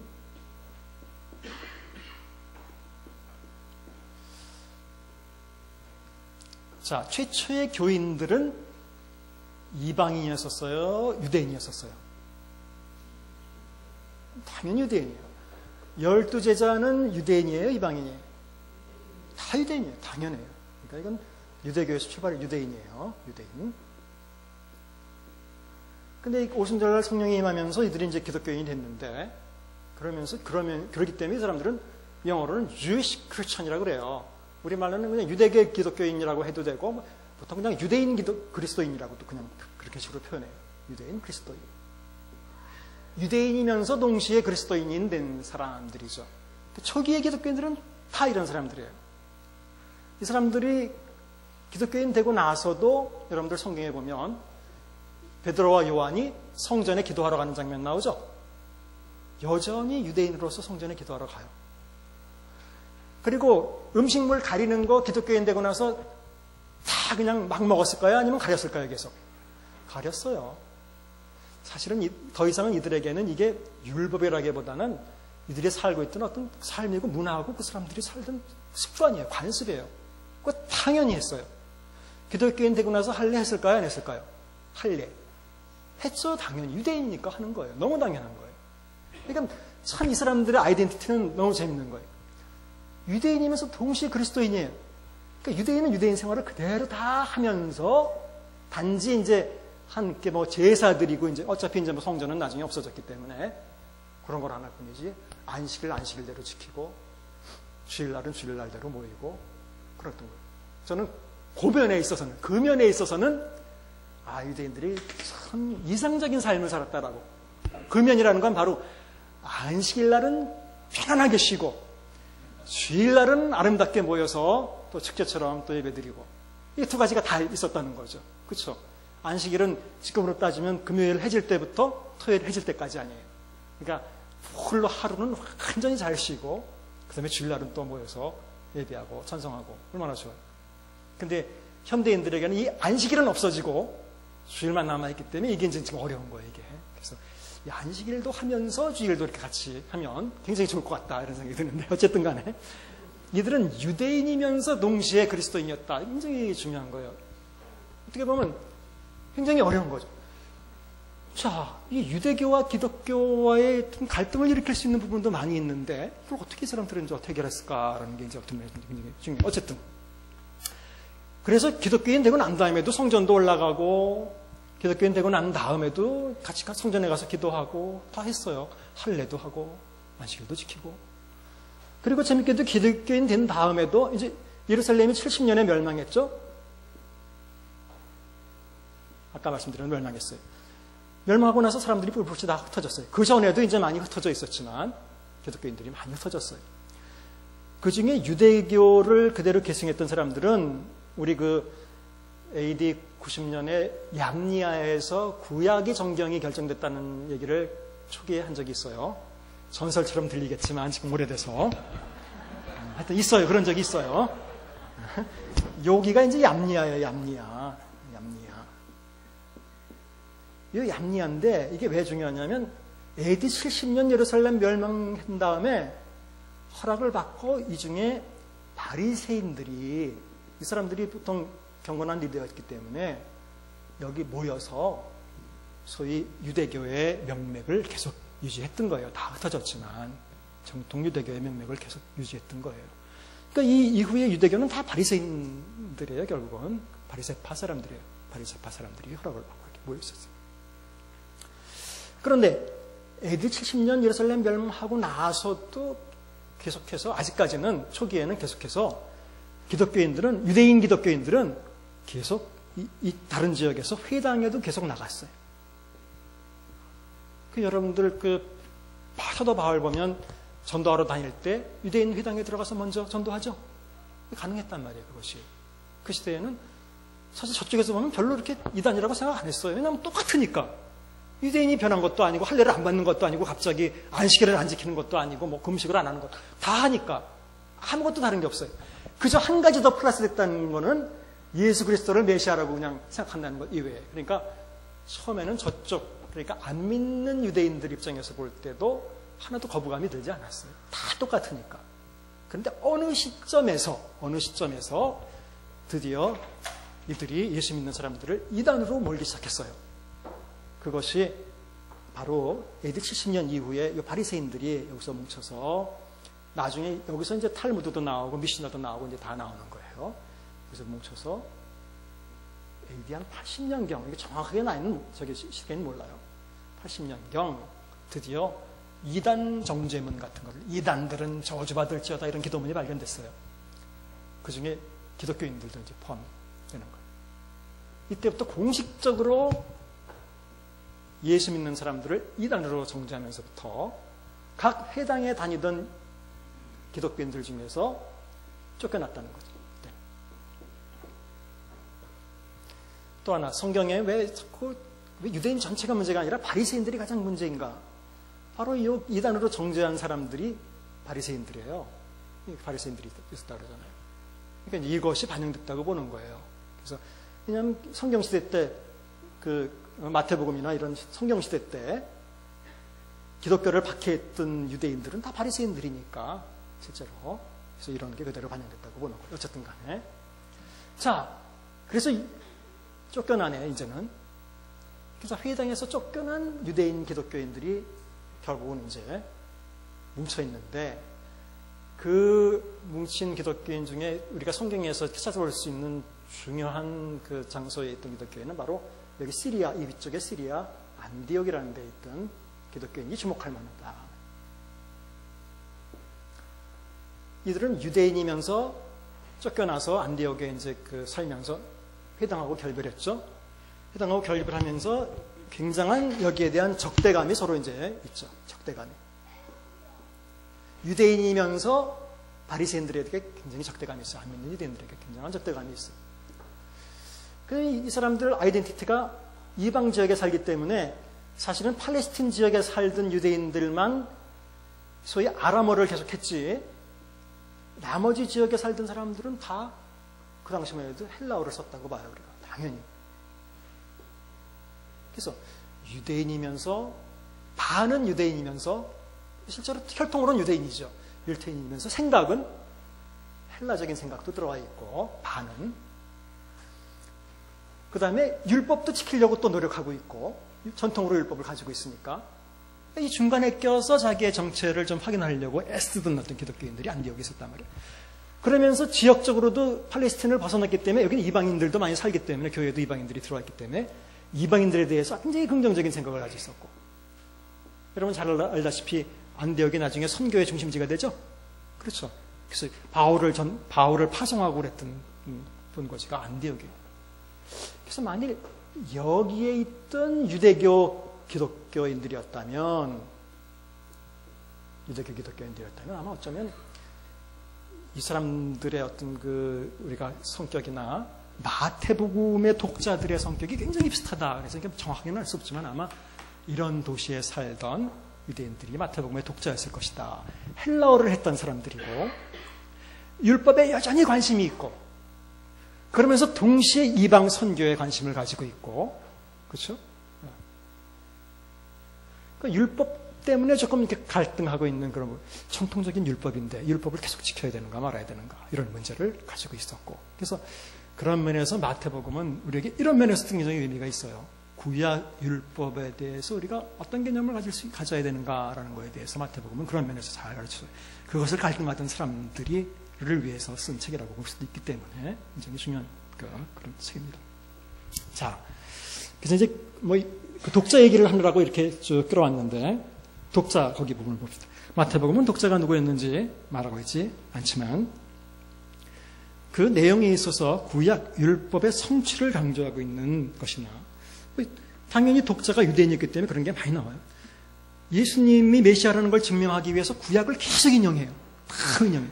당연히. 그들을 설득시킬 수 있는 방법은 그것밖에 없어요. 구약을 인용하는 방법밖에 없는 거예요. 구약을 너무 잘 알고 있었던 사람이니까. 그래서 어떠어떠한 말을 이루려 합니다. 이런 표현이 마태복음에 가장 많이 나와요. 그러니까 fulfilled. 이루려 합니다. 구약 성취를 굉장히 많이 강조한단 말이에요. 그 다음에 예수를 다윗의 아들 메시아로 얘기하고 있다. 사실은 언젠가 초기에 그런 말씀드렸어요. 예수 그리스도라고 할 때 우리도 않기도 그렇지만 우리는 예수 그리스도 읽으면 그냥 예수님 이름이라고 그냥 생각하지 이걸 꼭 메시아라고 이렇게 그런 의미를 깊이 이렇게 생각하면서 우리가 그리스도라는 말을 하지 않아요. 이건 실제로 이방인들의 누구에게나 마찬가지인 거예요. 하지만 유대인들에게는 그리스도라는 말은 메시아예요. 분명히.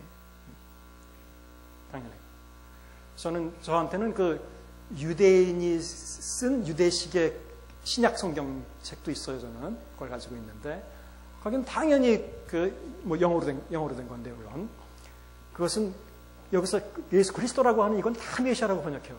그 사람은 너무 당연하다는 거예요. 그것이 메시아니까 그것이 유대인들에게는 이걸 헬라어로 쓰니까 그리스도라고 쓴 거고 하지만 이방인들에게는 메시아 사상이라는 게 없잖아요. 우리에게도 메시아 사상이 없어요. 그러니까 우리에게는 그냥 이름이 돼버린 것이지 이 마태복음의 같은 데에는 예수 그리스도 그런 거 메시아다고 읽어야 된다는 거 너무 당연한 거. 그래서 유대인의 왕으로서 제시하고 있다. 그래서 뭐 다음에도 나오지만 여러분들 마태복음 1장 1절이 어떻게 시작됩니까? 네? 네, 지난번에 우리 복음서 대저 비교할 때 마태복음은 예수님을 왕으로 그리려고 하고 있다. 왕이면 메시아죠. 그럴 때 어떤 구절을 근거로 했냐면 1장 1절을 근거로 했죠.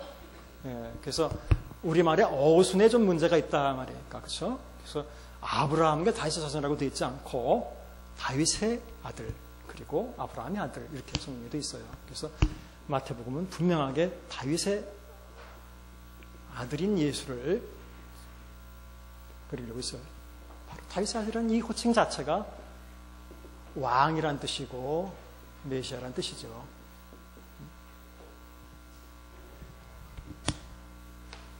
유대인들에게 가장 중요한 개념이기 때문에 당연히 다윗의 아들로 그리고 했어요. 그리고 이방인들을 외인들처럼 표현하고 있는 것 등은 독자가 유대인이었음을 보여주고 있다. 독자는 유대와 이방의 배경을 모두 가진 주로 유대계 그리스도인이었으며 여기에는 이방인도 섞여 있었고 그들의 언어는 헬라어였으며 헬라어로 쓰였으니까 공식적인 유대교 밖에 있었으며 이 말이 아까 말씀드린 소위 이제 이단으로 정제되어서 회당에 더 이상 나갈 수 없이 밖에 이제 추방되어 있었다라는 얘기죠. 유대인들과는 결별되어 있었다. 여기서 공식적인 유대교라는 것은 아까 AD 70년 이후에 얌리아에 모여있던 바리새인들을 얘기하는 거죠. 그러니까 바리새인들에 대해서 그렇게 적대적인 생각을 하는 거죠. 그래서 이건 조금 신학적인 그 얘기지만 그래서 요즘은 역사적 바리새인 연구를 해야 된다. 이런 신학자 중에서도 유대인 신학자들도 굉장히 많거든요. 근데 그 사람들이 공언한 것도 많아요. 우리는 유대인식으로 유대교를 이해하기 참 어렵잖아요. 그 사람들이 그 유대교에 대한 책들을 많이 내고 그러면서 바리새인 지금 성경을 통해서 보는 바리새인은 당연히 기독교에 대적했던 자로서의 바리새인. 그러니까 AD 70년 이후의 입장에서 기독교 입장에서 본 바리새인이라는 거죠. 그렇죠? 그게 아니라 역사적인 바리새인을 좀 봐야 된다. 뭐 이런 연구도 있어요. 그냥 상식적으로 그냥 여러분들이 그냥 말하세요. 유대인과 이방인 모두 인접해 살고 있었으며 또한 그 둘 모두로부터 핍박에 직면하고 있었다. 이걸 이제 마태 공동체라고 우리가 가상적으로 말을 하는데 마태 공동체의 주된 임무는 이방 선교를 하는 것이었다. 그에 의하면 마태의 의도된 독자는 자신들을 교회로 생각했으며 그들은 공동체 전체가 교회의 교리와 징계를 결정했던 것을. 이 얘기는 이제 나중에 나올 텐데 예수님은 제자들에게 너희에게 매고 푸는 권세를 주었죠. 너희가 땅에서도 매면 하늘에서도 매이고 땅에서 풀면 하늘에서 풀린다. 이건 매고 푼다는 건 원래 굉장히 유대적인 이것도 표현이에요. 다음에도 나오지만 보통 유대교에서 어떤 율법 조항, 규정을 이렇게 해서 뭐 하지 말아라고 하는 걸 맨다고 그래요. 그럼 이거 해도 된다라고 해서 규정을 풀어놓는 걸 말 그대로 푼다고 그래요. 그래서 어떤 규범이나 이런 것들을 정하는 권한이 제자들에게 있다는 얘기예요. 그 다음에 또 어떤 사람이 범죄하고는 조용히 가서 얘기해라. 그렇죠? 그 다음에 또 말 안 들으면 두세 사람 데리고 가서 또 얘기해라. 그래도 말 안 들으면 교회에 얘기해라 그러죠. 일단. 그래도 말 안 들으면 그때는 이제는 이방인처럼 얘기해라. 이렇게 나오죠. 그러니까 교회가 어떻게 보면 그런 것들을 할 수 있는 권한을 가졌다는 거예요. 이렇게 잘 보시면. 그래서 그 시대의 기독교인들에게, 기독교 공동체에게는 이런 구약의 율법 규정 같은 것들을 나름대로 해석해서 매고 풀고 하는 것들을 할 수 있는 권한이 주어졌던 그런 굉장히 자율권이 있던 공동체였다. 그 다음에 그 외에 이제 평등 공동체였다 이런 말도 해요. 왜냐하면 다 랍비라고 누구든지 칭함을 받지 말라 그래요. 여기 보면 다 형제지 무슨 누가 선생이 어디 있고 뭐가 어디 있느냐 말이야. 그래서 다 평등한 어떤 그런 특별한 위의 계층이 있는 게 아니라 그런 계층으로 하여튼 그런 공동체였다라고 그렇게 봅니다. 그래서 마태복음을 전체적으로 본다면 마태복음은 굉장히 유대적인 성격이 강해요. 이제까지 말씀드렸다시피 독자들이 아마 유대인이었기 때문에 너무 그렇다. 그래서 율법에 대해서 관심을 많이 보이고 있고 아까처럼 내가 율법을 폐하러 온 줄로 생각하지 말라. 왜 이런 말씀을 하셨을까? 누군가가 율법을 예수님이 폐하러 왔다고 생각하고 있으니까 그런 얘기를 했다는 거예요. 그 시대. 자기네들이 유대인이면서도 이거 예수님은 소위 아마 바울이 전도하러 다니는 이런 얘기들도 들었을 것이고 그냥 받아들이고 이렇게 율법을 지키지 않는 이방인들도 받아들이는 것을 여러 번 경험했을 것이고 그런 것들을 보면서 그럼 율법은 없어지는 거 아닌가? 이렇게 아마 생각할 가능성도 있죠. 그래서 율법에 대한 얘기가 많이 나오고 그 다음에 5개의 큰 설교가 나오고 그 다음에 이것이 온 율법과 선지자들의 강령이니라. 율법과 선지자들이라는 표현, 이건 다 유대인적인 표현이에요. 자, 그 다음에 빈번하게 구약을 인용한다. 쭉 넘어가서. 구약을 많이 인용하죠. 그 중에 성취, 이루려 함이다. 라는 표현들이 여러 번 나오죠. 요한복음에도 15번 나오고, 마태복음에도 15번 나와요. 넘겨봅시다. 23쪽.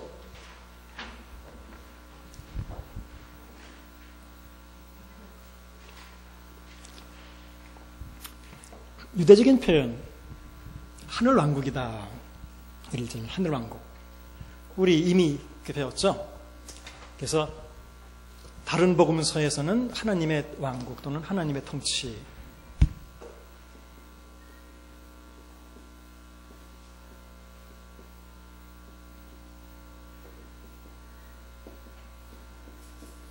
하지만 마태복음에서는 하늘, 왕국, 하늘 통치. 근데 마태복음에 하늘에 계신 아버지라는 얘기가 가장 많이 나와요. 그러니까 마태는 항상 그렇게 생각했어요. 하늘 그러면 하나님이 계신 곳이라고 당연히 생각했어요. 그러니까 하늘 그러면 그것만 해도 하늘이 두렵지 않느냐라는 얘기는 하늘에서 번개 맞을까봐 두렵지 않는 이런 얘기가 아니죠. 그건 하나님이 두렵지 않느냐라는 말과 똑같은 말이잖아요. 그러니까 유대인들은 하나님을 잘 언급을 안 하기 때문에 지난번에 말씀드렸지만 하나님이라는 표현을 이렇게 히브리어로는 이렇게 써요. 그렇게 쓰는데 재밌게도 이게 다 어떻게 보면 모음 표기가 하나도 안 돼 있어서 이걸 몰라요. 그러니까 여기 어떤 모음이 붙느냐에 따라서 이게 다른데 이것도 그때 특별한 잠이 아니에요. 이것만 거의 왜 이런 소리가 나고 어떤 간에 하나님 발음을 안 해서 다 아도나이로 그냥 읽어요. 아도나이라는 것은 내 주님, 나의 주님 그런 뜻입니다. 그냥 주님이라고 이렇게 읽어요. 이걸 야훼인지 지금 여호와인지 이게 무슨 뭔지 몰라요. 어쨌든 하나님 대신 하늘이라는 표현을 사용해서 하늘 통치라는 말을 씁니다. 이것도 굉장히 유대적인 표현이다. 하늘에 계신 아버지다. 그 다음에 병행법. 유대인들이 이런 병행법을 많이 썼는데 혈과 육, 하늘과 땅, 내고 풀고 그 다음에 유대인의 숫자가 많이 나온다. 14대가 유대인의 숫자는 아니지만 족보를 14대씩 나눴죠. 마태복음에 보면 14대 자체가 유대인의 숫자가 아닌데 왜 14대씩 나눴느냐? 이건 정확하게 그렇게 왜 그렇다고 말할 수는 없지만 가장 유력한 그 학설은 히브리어에 이게 읽으면 모음을 안 붙였는데 이게 다비드, 이게 달렛이라고 해서 이게 영어의 D에 해당되고 이게 영어의 그 W나 또는 V에 해당되죠. 이게 다시 D예요. 이게 다비드. 이렇게. 이게 다윗이라는 단어거든요. 근데 그 당시에는 아라비아 숫자가 없었잖아요. 로마 숫자도 없었고, 유대인들은. 이 문자가 숫자 역할을 해요. 그래서 제일 처음 문자가 1이고, 예를 들자면 이런 식으로. 이게 달렛이 이게 4에 해당되고, 예?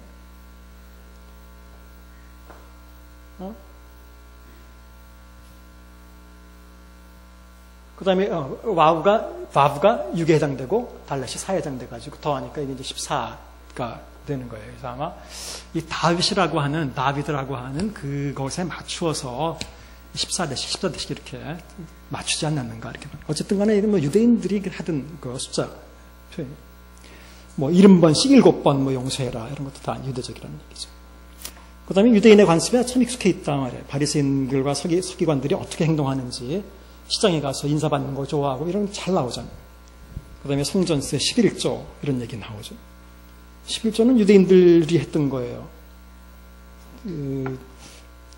지금 이런 문제를 제가 여기서 건드리는 건 굉장히 어려운 문제이지만 사실은 11조에 대한 얘기는 성경에 그 복음서에 밖에 안 나와요. 딱 2번 나오고 안 나와요. 그러니까 신약 성경에, 구약에, 그러니까 뭐 구약에 당연히 있죠. 그러니까 이거는 유대인들이 했던 유대인들의 어떤 관습이에요. 유대인들.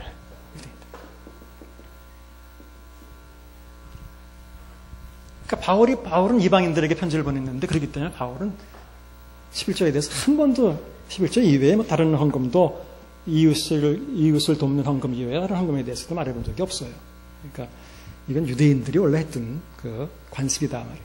그런데 이제 나중에 우리들이 지금 지키는 것은 그런 면에서 구약율법을 지키기 위해서 지키는 게 아니에요. 그것은 유대인들이 했던 관습이지만 이거는 재산의 어떤 청지기직을 잘 표현할 수 있는 좀 바람직한 하나의 관습이다. 그러니까 우리가 모범적인 사례다. 그러니까 따라갈 수 있단 말이에요. 그런 신앙으로 따라가는 거지.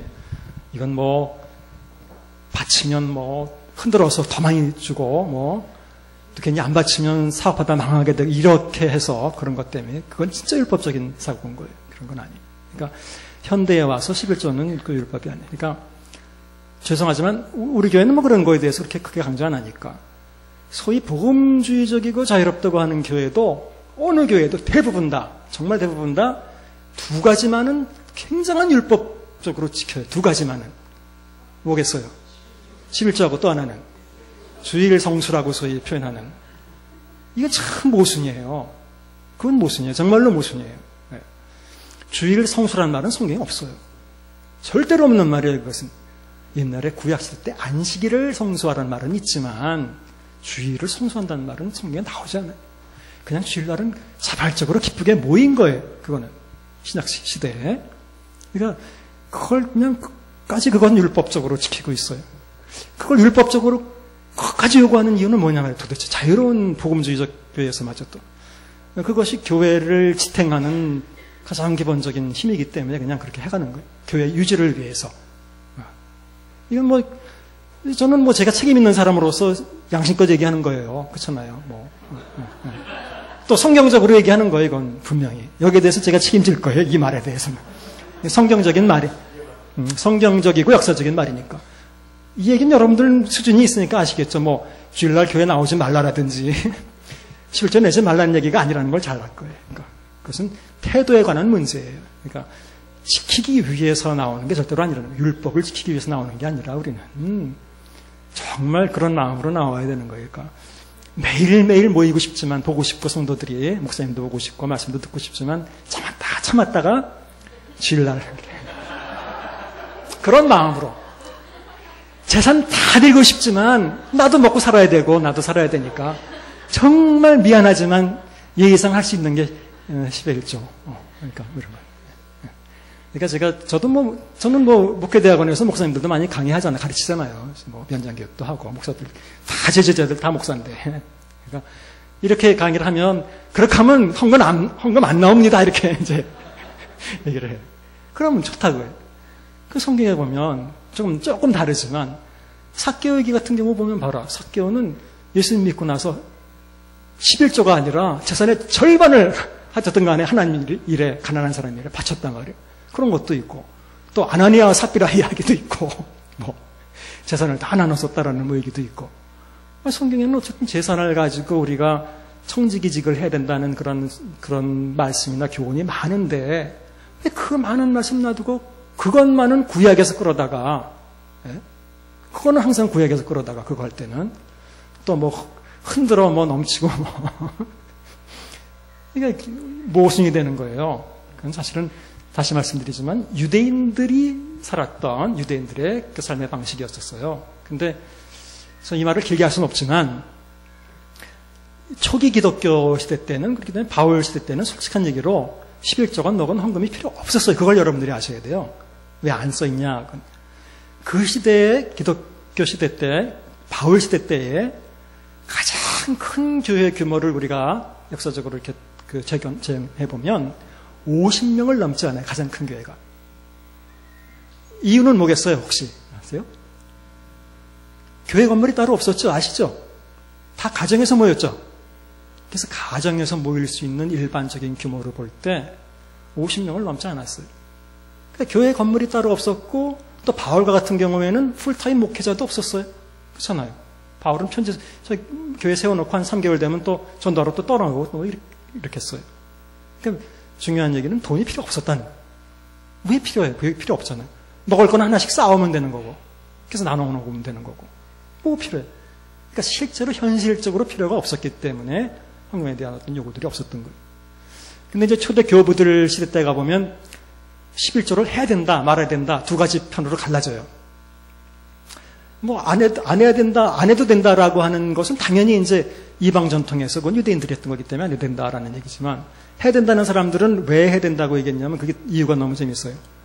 우리가 11조를 안 한다면 유대인만도 못한 사람이 되기 때문에 해야 된다. 이렇게 했던 거예요. 얼마나 재밌어요. 그러니까 이제 그런 걸 넘어서서 그것은 우리가 지금 생각해봐도 구약율법이지만 그것은 우리의 재물에 대한 청지기직을 표현하는데 참 바람직한, 어떻게 보면 최소한의 하나님께 드릴 수 있는 그런 어떤 표현할 수 있는 신앙의 행위다. 이렇게 우리가 이해가 된다면 정말 마음의 소로 나와서 주님 죄송합니다. 더 드려야 되는데 10분의 1만 가스로 드립니다 하면서 정말 하나님 앞에 부끄러운 마음으로 이렇게 드리는 그렇게 할 수 있으면 그게 좋은 거죠. 네? 더 세게 해도 돼요? 아직 여러분들이 어느 정도까지 감당할 수 있을지 몰라서 제가 조금씩 내놓을게요. 네. 그래서 아실 거예요. 그러니까 이제 현대에서 헌금이라는 거는 사실은 실제로 교회를 운영하고 교회가 커졌으니까 솔직한 얘기로 또 풀타임 사역자들이 있고 그래서 필요한 거예요. 그렇잖아요. 그러니까 내야 되는 거예요.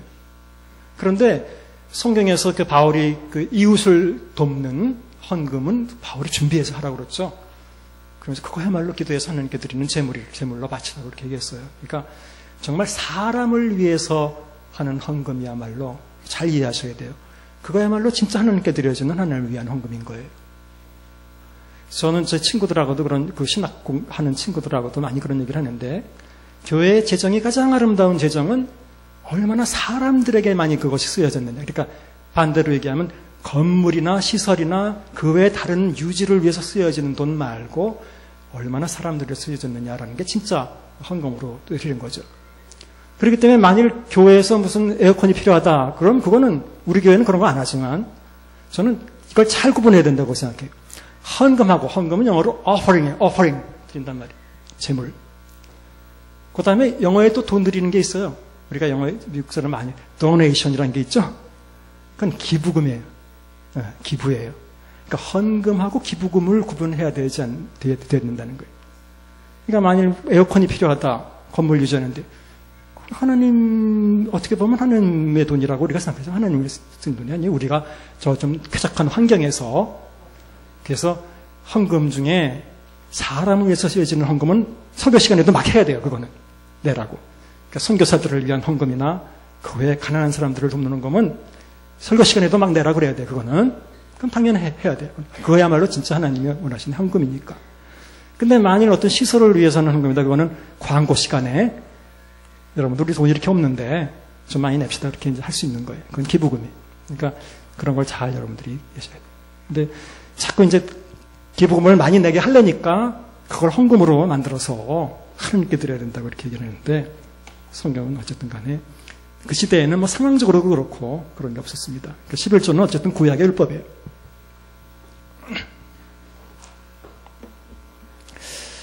자, 그 다음에 이제 자선, 기도, 금식 이 세 가지에 대해서 그 산상수훈의 얘기가 나오는데 이렇게 자선이라고 이렇게 썼는데 여러분들은 이게 좀 익숙하지 않을 텐데 이 우리말로 구제라고 번역된 그 단어예요. 구제.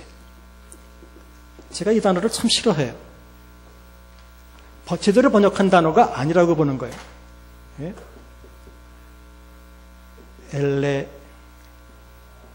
에모수네라고 하는 단어인데 이 말 그대로 엘레오스라는 말이 자비하다 이런 얘기. 엘레오스 그 단어에서 거기서 나온 거예요.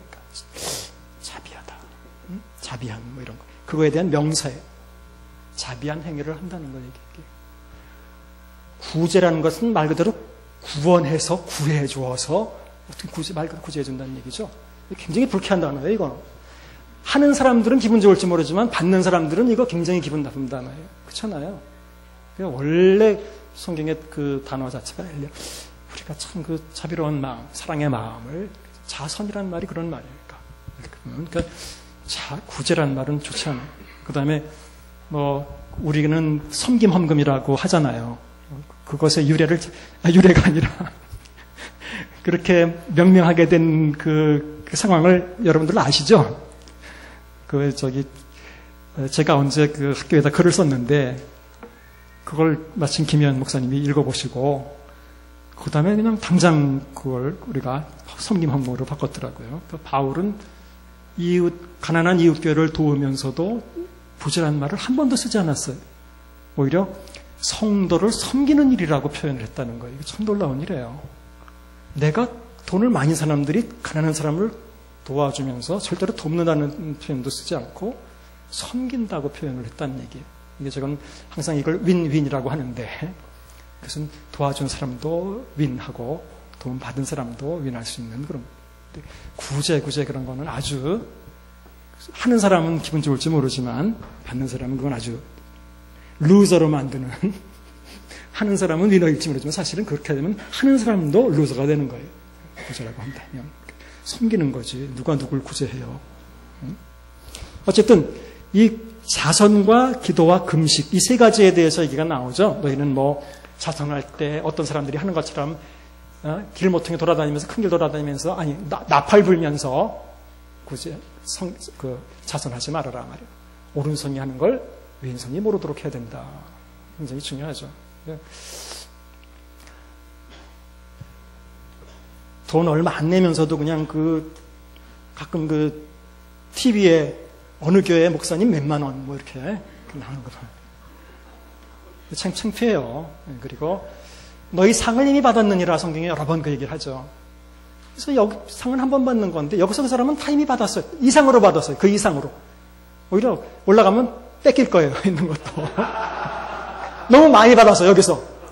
받을 만큼보다 더 많이 받아서 뺏길 거라. 여기서 안 받아야 하늘에서 받는 건데. 이미 상을 다 받았으니. 그래서 뭐까지 거 조금 하면서 제 제자 중에 하나는 시설에 어디 장애인 시설에 있는 제자 있는데 가끔 얘기해요. 어디 단체에서 와서 라면 몇 박스 사가지고 와서 기증해 놓고 그거 싸놓고 단체 사진 딱 찍고 그래서 화난대요. 그렇다고 그거라도 지고 가는데 고맙다고 그래야지 그렇다고 뭐 이까짓 거 필요 없다고 그럴 수는 없잖아요. 그러면 와가지고 생색을 다 내고 크게 사진 찍어서 또 어디 올리고 뭐 이런다는 거예요. 참. 그래서 어쨌든 간에 뭘 돕는다 또는 준다 할 때 돕는 사람이 잘해야 돼. 저 사람이 진짜 신세졌다라고 느낄 수 있도록 도우면 그건 참 잘못 돕는 거예요. 그거는. 죄송한 얘기지만 저 사람이 나를 그냥 잊어도 좋다. 나에게 도움받았다는 걸 잊어도 좋다. 그러고 도와줘야 그게 진짜 도운 거지. 내가 저렇게까지 도와줬는데 나중에라도 저렇게 나한테 하다니, 고마운 것도 모르다니, 그런 생각할 거면 아예 하지 않고. 그러니까 주는 사람이 원래 잘해야 돼. 주는 사람이. 자, 뭐 다른 얘기로 넘어갔는데 어쨌든 이 자선, 이거는 유대인의 3대 경건 행위 중에 하나예요. 제일 처음에 나왔잖아요. 이게 요즘 우리 생각하고는 굉장히 많이 달라요. 여러분, 초대교회인들 지난번에도 잠깐 말씀드렸지만 초대교회가 세워지자마자 과부들을 자선하는 그런 제도를 만들었잖아요. 집사들을 세워서 이렇게 했잖아요. 구체적으로. 그래서 다른 어떤 일보다도 이 사람들이 우선적으로 이 일을 했어요. 근데 한 이유가 실제로 유대인들 생각 속에는 이 자선 행위가, 여러분들 중간시대 때의 그 외경에 있는 문헌을 보면 너희가 자선을 행함으로써 사망에서 생명으로 옮겨진다. 영생을 얻는다. 이런 구절들이 있어요. 참 그만큼 중요하게 자선을 생각했다는 거예요. 지금 그렇게 중요하게 생각 안 하죠. 이 사람들이 이거는 선택 과목이 아니라 경건의 필수 과목이었다는 거예요. 너무너무 중요한 거예요. 근데 이거는 여러분들이 볼 때는 기도나 금식은 하나님께 하는 거니까 이거는 경건의 삶이라고 생각하지만 자선은 사람들에게 하는 거니까 하나님의 경건이라고 생각 안 하잖아요. 일반적으로는. 하지만 세 가지 경건 목록에 지금 제일 먼저 나오는 게 자선이에요. 이게 유대인들의 생각과 우리들 생각이 다른 거예요. 그만큼 중요하게 생각했어요. 사람들을 돕는다는 것이 하나님께 하는 일이라고 생각했다는 거예요. 그래서 어쨌든 이 세 가지 유대인의 경건의 목록이 나온다는 것도 독자들이 유대인이라는 얘기. 그 다음에 이방인들에 대한 경멸적인 표현. 이방인들도 그렇게 하느니라, 뭐. 이방인들처럼 중한번 하지 말라. 먹고 마시는 것은 이런 거 구하지 말라. 이방인들이 다 자꾸 그런 거다 말이야. 그 다음에 뭐 결국 말 안 들으면 이방인과 세리처럼 여기라. 이런 얘기를 볼 때 마태복음의 독자들은 유대인들이었다는 얘기죠. 그 다음에 성전 멸망이 안식일에 일어나지 않기를 기도해라. 이게 뭐 안식일에 일어나건 안 일어나건 이방인이 독자였다면 이게 무슨 상관이에요. 하지만 유대인이 독자였기 때문에 이런 표현이 중요하다. 그 다음에 나는 이스라엘의 잃어버린 양 외에 다른 데로 부르심을 입지 않았다든지 뭐 이런 표현이 있다는 것. 하지만 유대인들에 대한 대단한 신랄한 책망이 나와요. 이 잘못하면 이제 사람들이 이것을 오해하는데, 자, 마태복음은 유대인들을 위한 복음이다.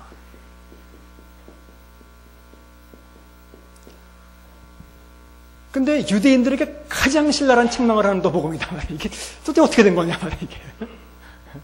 유대인들을 가장 신랄하게 활쓸진저 외식하는 서기관과 바리새인들 아주 가장 신랄하게 책망을 해요. 유대인들을 위한 복음이죠. 이 말은 수신자가 독자가 유대인들이었다는 뜻이고, 이 유대인은 당연히 믿는 유대인들이에요. 신자, 그렇죠? 그의 이야기예요. 독자들이 유대인들이었다는 거, 유대인들을 위한 책이었다는 것은. 유대인들을 책망한다는 것은 여기서 책망받는 유대인은 신자가 아니라 불신하는 유대인. 유대인들에게 썼지만, 신자인 유대인들에게 쓴 책이지만 불신자 유대인들에 대해서는 굉장히 심각하게 책망을 많이 한단 말이에요. 아주 가장 신랄하게 책망하는 거예요. 그래서 뭐 그 왕국의 아들들이 하늘 왕국에서 쫓겨난다. 왜냐하면 예수님을 받아들이지 않으니까 쫓겨날 것이다. 또 하나님의 왕국을 너희에게 뺏어서 열매 맺는 백성에게 주리라. 열매 맺는 백성이라고 할 때 그 백성이 언젠가 말씀드렸지만 바로 에스네이라고 하는 이방인들에게 주리라라는 뜻이에요. 그러니까 이거 마태복음 전체의 구도는 아주 분명해요. 예수님은 원래 유대인들만을 위해서 왔어요. 우선적으로 유대인을 위해서 오신 거죠. 저희를 자기 백성을 그들의 죄에서 구원하기 위해서 왔다라는. 그래서 유대인의 왕으로 왔어요. 그리고 실제로 12제자도 다 유대인이었었어요. 그건 분명하죠. 사실이죠. 그리고 예수님은 거의 유대인 지역에서만 또 사역을 하셨어요. 실제로. 그리고 수르보니게 여인을 만났을 때, 우리 딸 좀 고쳐주십시오. 그랬을 때, 나는 냉담하게 거절해. 마태복음에서만 그래요. 나는 이스라엘의 잃어버린 양 외에 딴 데로 부르심을 받지 않았다. 그러고 아주 냉담을 해요. 그렇지만, 개들도 주인의 상에서 떨어지는 부스러기를 먹습니다. 이 믿음이 대단하죠. 자신을 스스로 이방인들을 유대인들 개라고 얘기했잖아요. 개처럼 자기를 취급하면서도 큰 믿음을 보여요. 그러니까 여자야, 네 믿음이 참 크다 그러면서 언젠가 지난번에 말씀드렸지만 마태복음에서 믿음이 크다라고 칭찬받은 사람은 딱 두 사람이다. 말한 적 있죠? 제가 말씀드린 적 있죠? 없어요? 전 있는 것 같은데. 자, 한 사람은 이미 나왔어요. 지금 수로보니게 여인이고 또 한 사람은 백부장, 이방인 백부장. 네? 말씀으로만 하옵소서 그랬을 때 고쳐주고 내가 이스라엘 중 아무에게서도 이만한 믿음을 만나보지 못했다. 예수님은 나는 이스라엘의 잃어버린 양 외에 다른 데로 부르심을 받지 않았다라고 말할 정도로 이스라엘을 위해서 그렇게 애써서 이 제자들도 다 이스라엘 사람들을 부르고 이스라엘 사람들을 위해서 노력을 하는데 돌아온 게 뭐예요? 이스라엘 사람들은 불신한다는 거예요. 다. 근데 가끔 가다가 이방인들 이렇게 보면 놀랐다는 거예요. 그렇게 믿음을 가지고 있다는 거예요. 여자 하나는 남자. 그러니 논리가 아주 분명해요. 그러니 이제는 더 이상은 유대인들은 끝났다. 쉽게 얘기하자면. 그 사람들은 아무리 이제 전도해도 안 듣는다 말이에요. 이제는 더 이상 그 한계를 지났다. 이제는 우리는 이렇게 열려있는 이방인들에게 가야만 한다. 그러니까 이방인 선교가 그런 면에서 마태복음에 당연히 이렇게 당연한 기결로 나올 수밖에 없어요. 그래서 어쨌든 유대인들의 불신에 대해서 또 바리새인과 서기관들에 대해서 화를 선언한다. 그들이 스스로 화를 자초했다 이런 얘기가 나와요. 자, 목적. 독자들에게 이방 선교의 필요성을 알리고 그것을 강조하려는 것이다. 자, 지난번에도 말씀드렸지만 아까 팝퀴즈에도 나왔었어요. 목사님이 하시는. 마태복음에서는 동방의 점성가들이 왔다. 박사가 아니라 점성가들이 왔다라고 얘기했는데 제가 거기서 중요한 것은 동방에서 그들이 왔다라는 게 중요하다는 얘기예요. 그렇죠? 참 그건 처음부터 너무너무 아이러니한 얘기예요. 이스라엘에 유대인의 왕이 났는데 유대인들은 아무도 모르고 저 멀리서 동방에 있던 점성가들이 도대체 언제부터 그걸 알았는지 모르지만 짐 싸들고 몇 달을 왔는지 그 먼 길을 와서 결국은 그냥 찾아서 있구나 한 것도 아니라 경배까지 하고 예배까지 드리고 예물까지 드리고 그리고 돌아갔다. 이건 참 정말 제가 지난번에도 그 뒤통수를 치는 이야기라고 그렇게 말씀드렸지만 그런 거예요. 바로 마태복음은 이야기 시작부터 그 얘기를 해요. 이방인들이 처음부터 유대인들은 몰라도 이방인들은 자, 그 성경에 보면 여러분들 오늘 이제 나눠드린 그 표에 거기 그건 나중에 할 거예요. 물론 나중에 할 거예요. 거기도 이제 그런 얘기가 나오지만 천사가 성경에 보면 동방에서 그 점성가들에게 나타나서 자 이제 몇 달 후에 메시아가 저기 유대 땅 베들레헴에서 날 건데 너희들 거기 가서 경배해라 이런 얘기 안 나와요. 그렇죠? 굉장히 거기 성경에 보면 자발적으로 언젠가는 이 사람들이 그냥 스스로 알았던 것 같아. 오히려 준비하고 있었던 것 같아. 더 메시아를. 그 정도로 신앙이 깊다. 그 다음에 찾기 어려웠는데도 물어 결국 찾아서 그렇죠? 그래서 결국은 경배하고 돌아갔다. 굉장히 이방인의 신앙을 굉장히 중요하게 표현하고 있는 그 내용이에요. 근데 반대로 유대인은 그 당시 유대 땅의 왕이었던 헤롯 왕은 오히려 죽이려고 했고 애들 다 죽였고 그 다음에 거기 서기관들과 그 사람들한테 물어봐요. 야 그리스도가 어디서 났느냐? 그랬더니 베들레헴에서 난다고 얘기해요. 그러니까 그 당시 서기관들은 베들레헴에서 예수님이 난다는 걸 다 알고 있었음에도 성경을 통해서 알고 있었음에도 불구하고 예수님이 메시아인 것을 몰라봤다는 것도 아이러니예요. 그게 이제 마태복음 이야기 전체의 요약이에요. 마태복음 이야기도 이제 읽어보면 계속해서 유대인의 왕을 유대인들은 몰라봐요. 오히려 진짜 죽이려고 해. 나중엔 죽이죠. 하지만 중간중간에 등장하는 이방인들은 놀라운 믿음을 보이고 있어요. 이게 마태복음 전체의 어떤 이야기의 어떤 구도라고 볼 수 있어요. 여러분 어차피 마태복음에 나오는 거니까 마태복음을 처음에 딱 펼치면 성경을 처음 읽는 사람들은 참 이상하게 생각이 돼요. 족보가 나오니까. 근데 뭐 이제는 상식적으로 아시겠지만 족보가 나오는 이유는 말 그대로 예수님이 다윗의 아들이라는 것을 입증하는 방법이에요. 유대인들은 원래 족보를 중시했으니까. 근데 그 족보를 가만히 읽어보면 아주 독특한 부분이 있어요. 뭐예요? 혹시 미리 그 책을 읽으신 분들은 잘 아실 텐데. 족보에 여자들이 4명이 등장하는 거예요. 절대로 유대인 족보에 여자 이름 등장 안 합니다. 이건 놀라운 일이에요. 여자 이름이 4이 등장을 해요. 거기 보면 누가 있어요? 기억을 하시나요? 룻이 있고,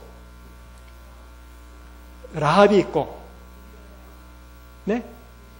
우리아의 아내가 있고, 하나가 더 있는데, 마리아는 저 뒤에 마지막 그냥 있는 거고요.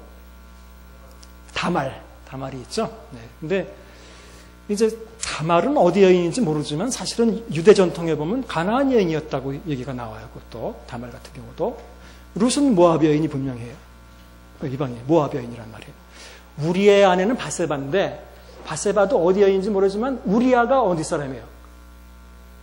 우리아가 해쪽 속이죠. 그렇죠? 우리아 그럼 부인도 아마 족속일 가능성이 많단 말이니까.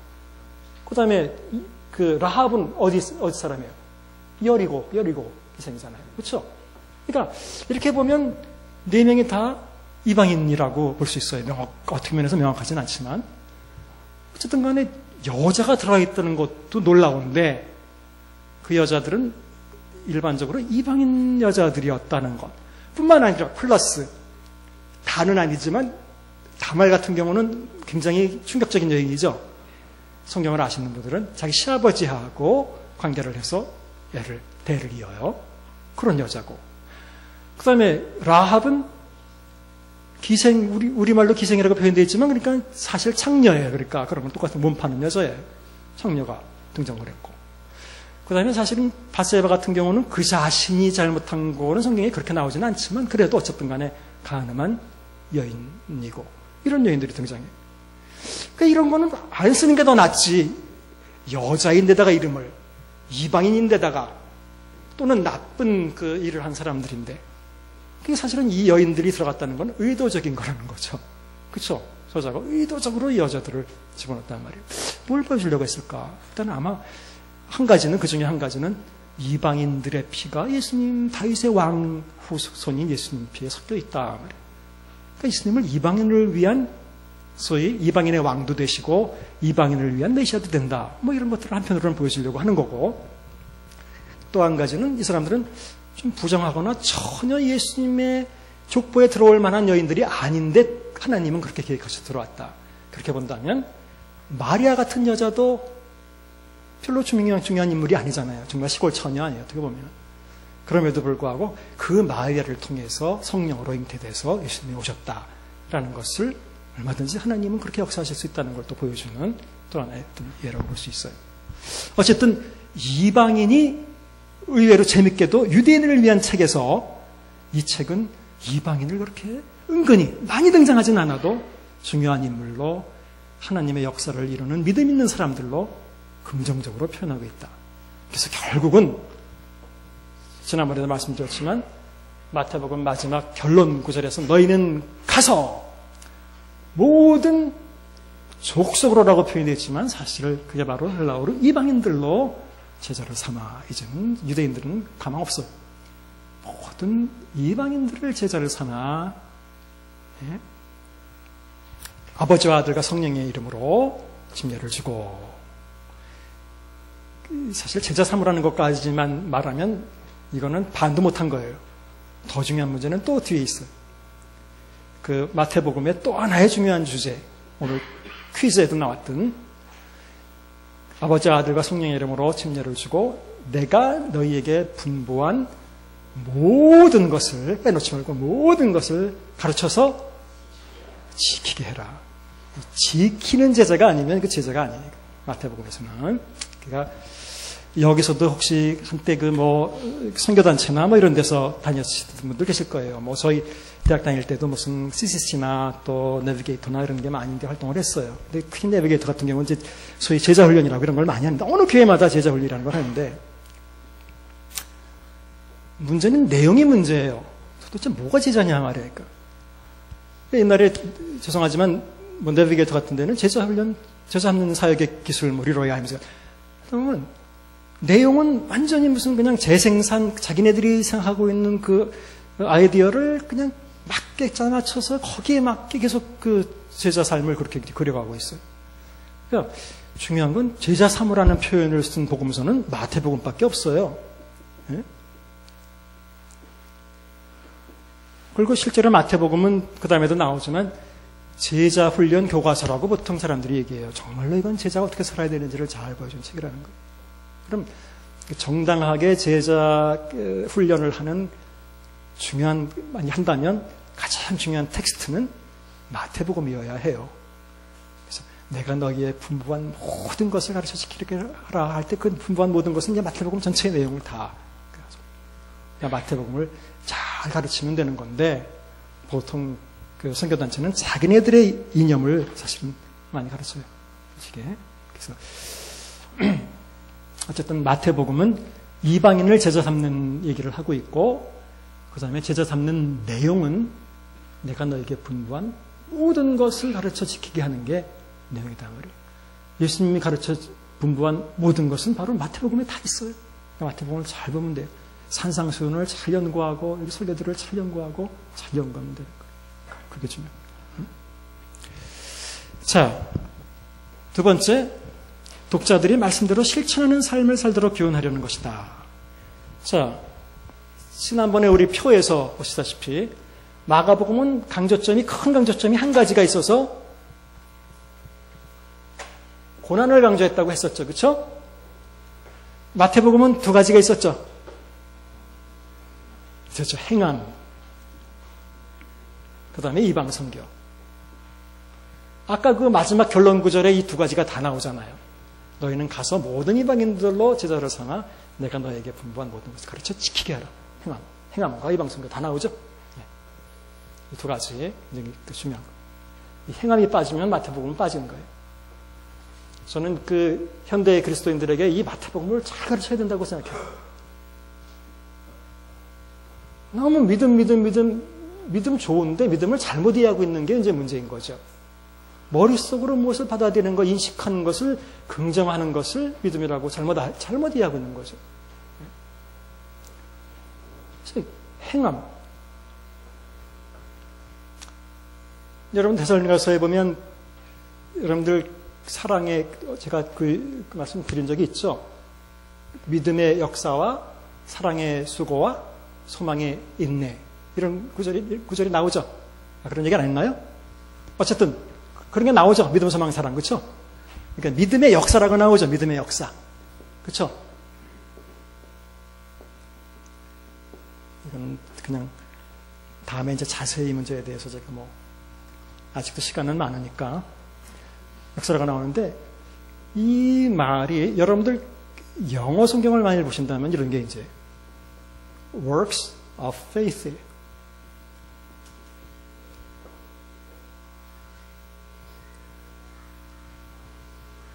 이게 헬라어로 똑같아요.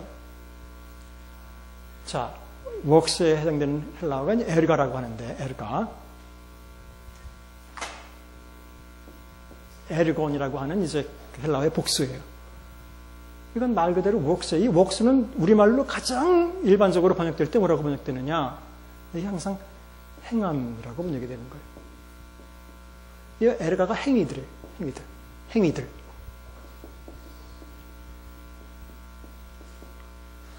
근데 믿음의 역사라고 번역을 해놓으니까 이게 완전히 다른 얘기가 돼요.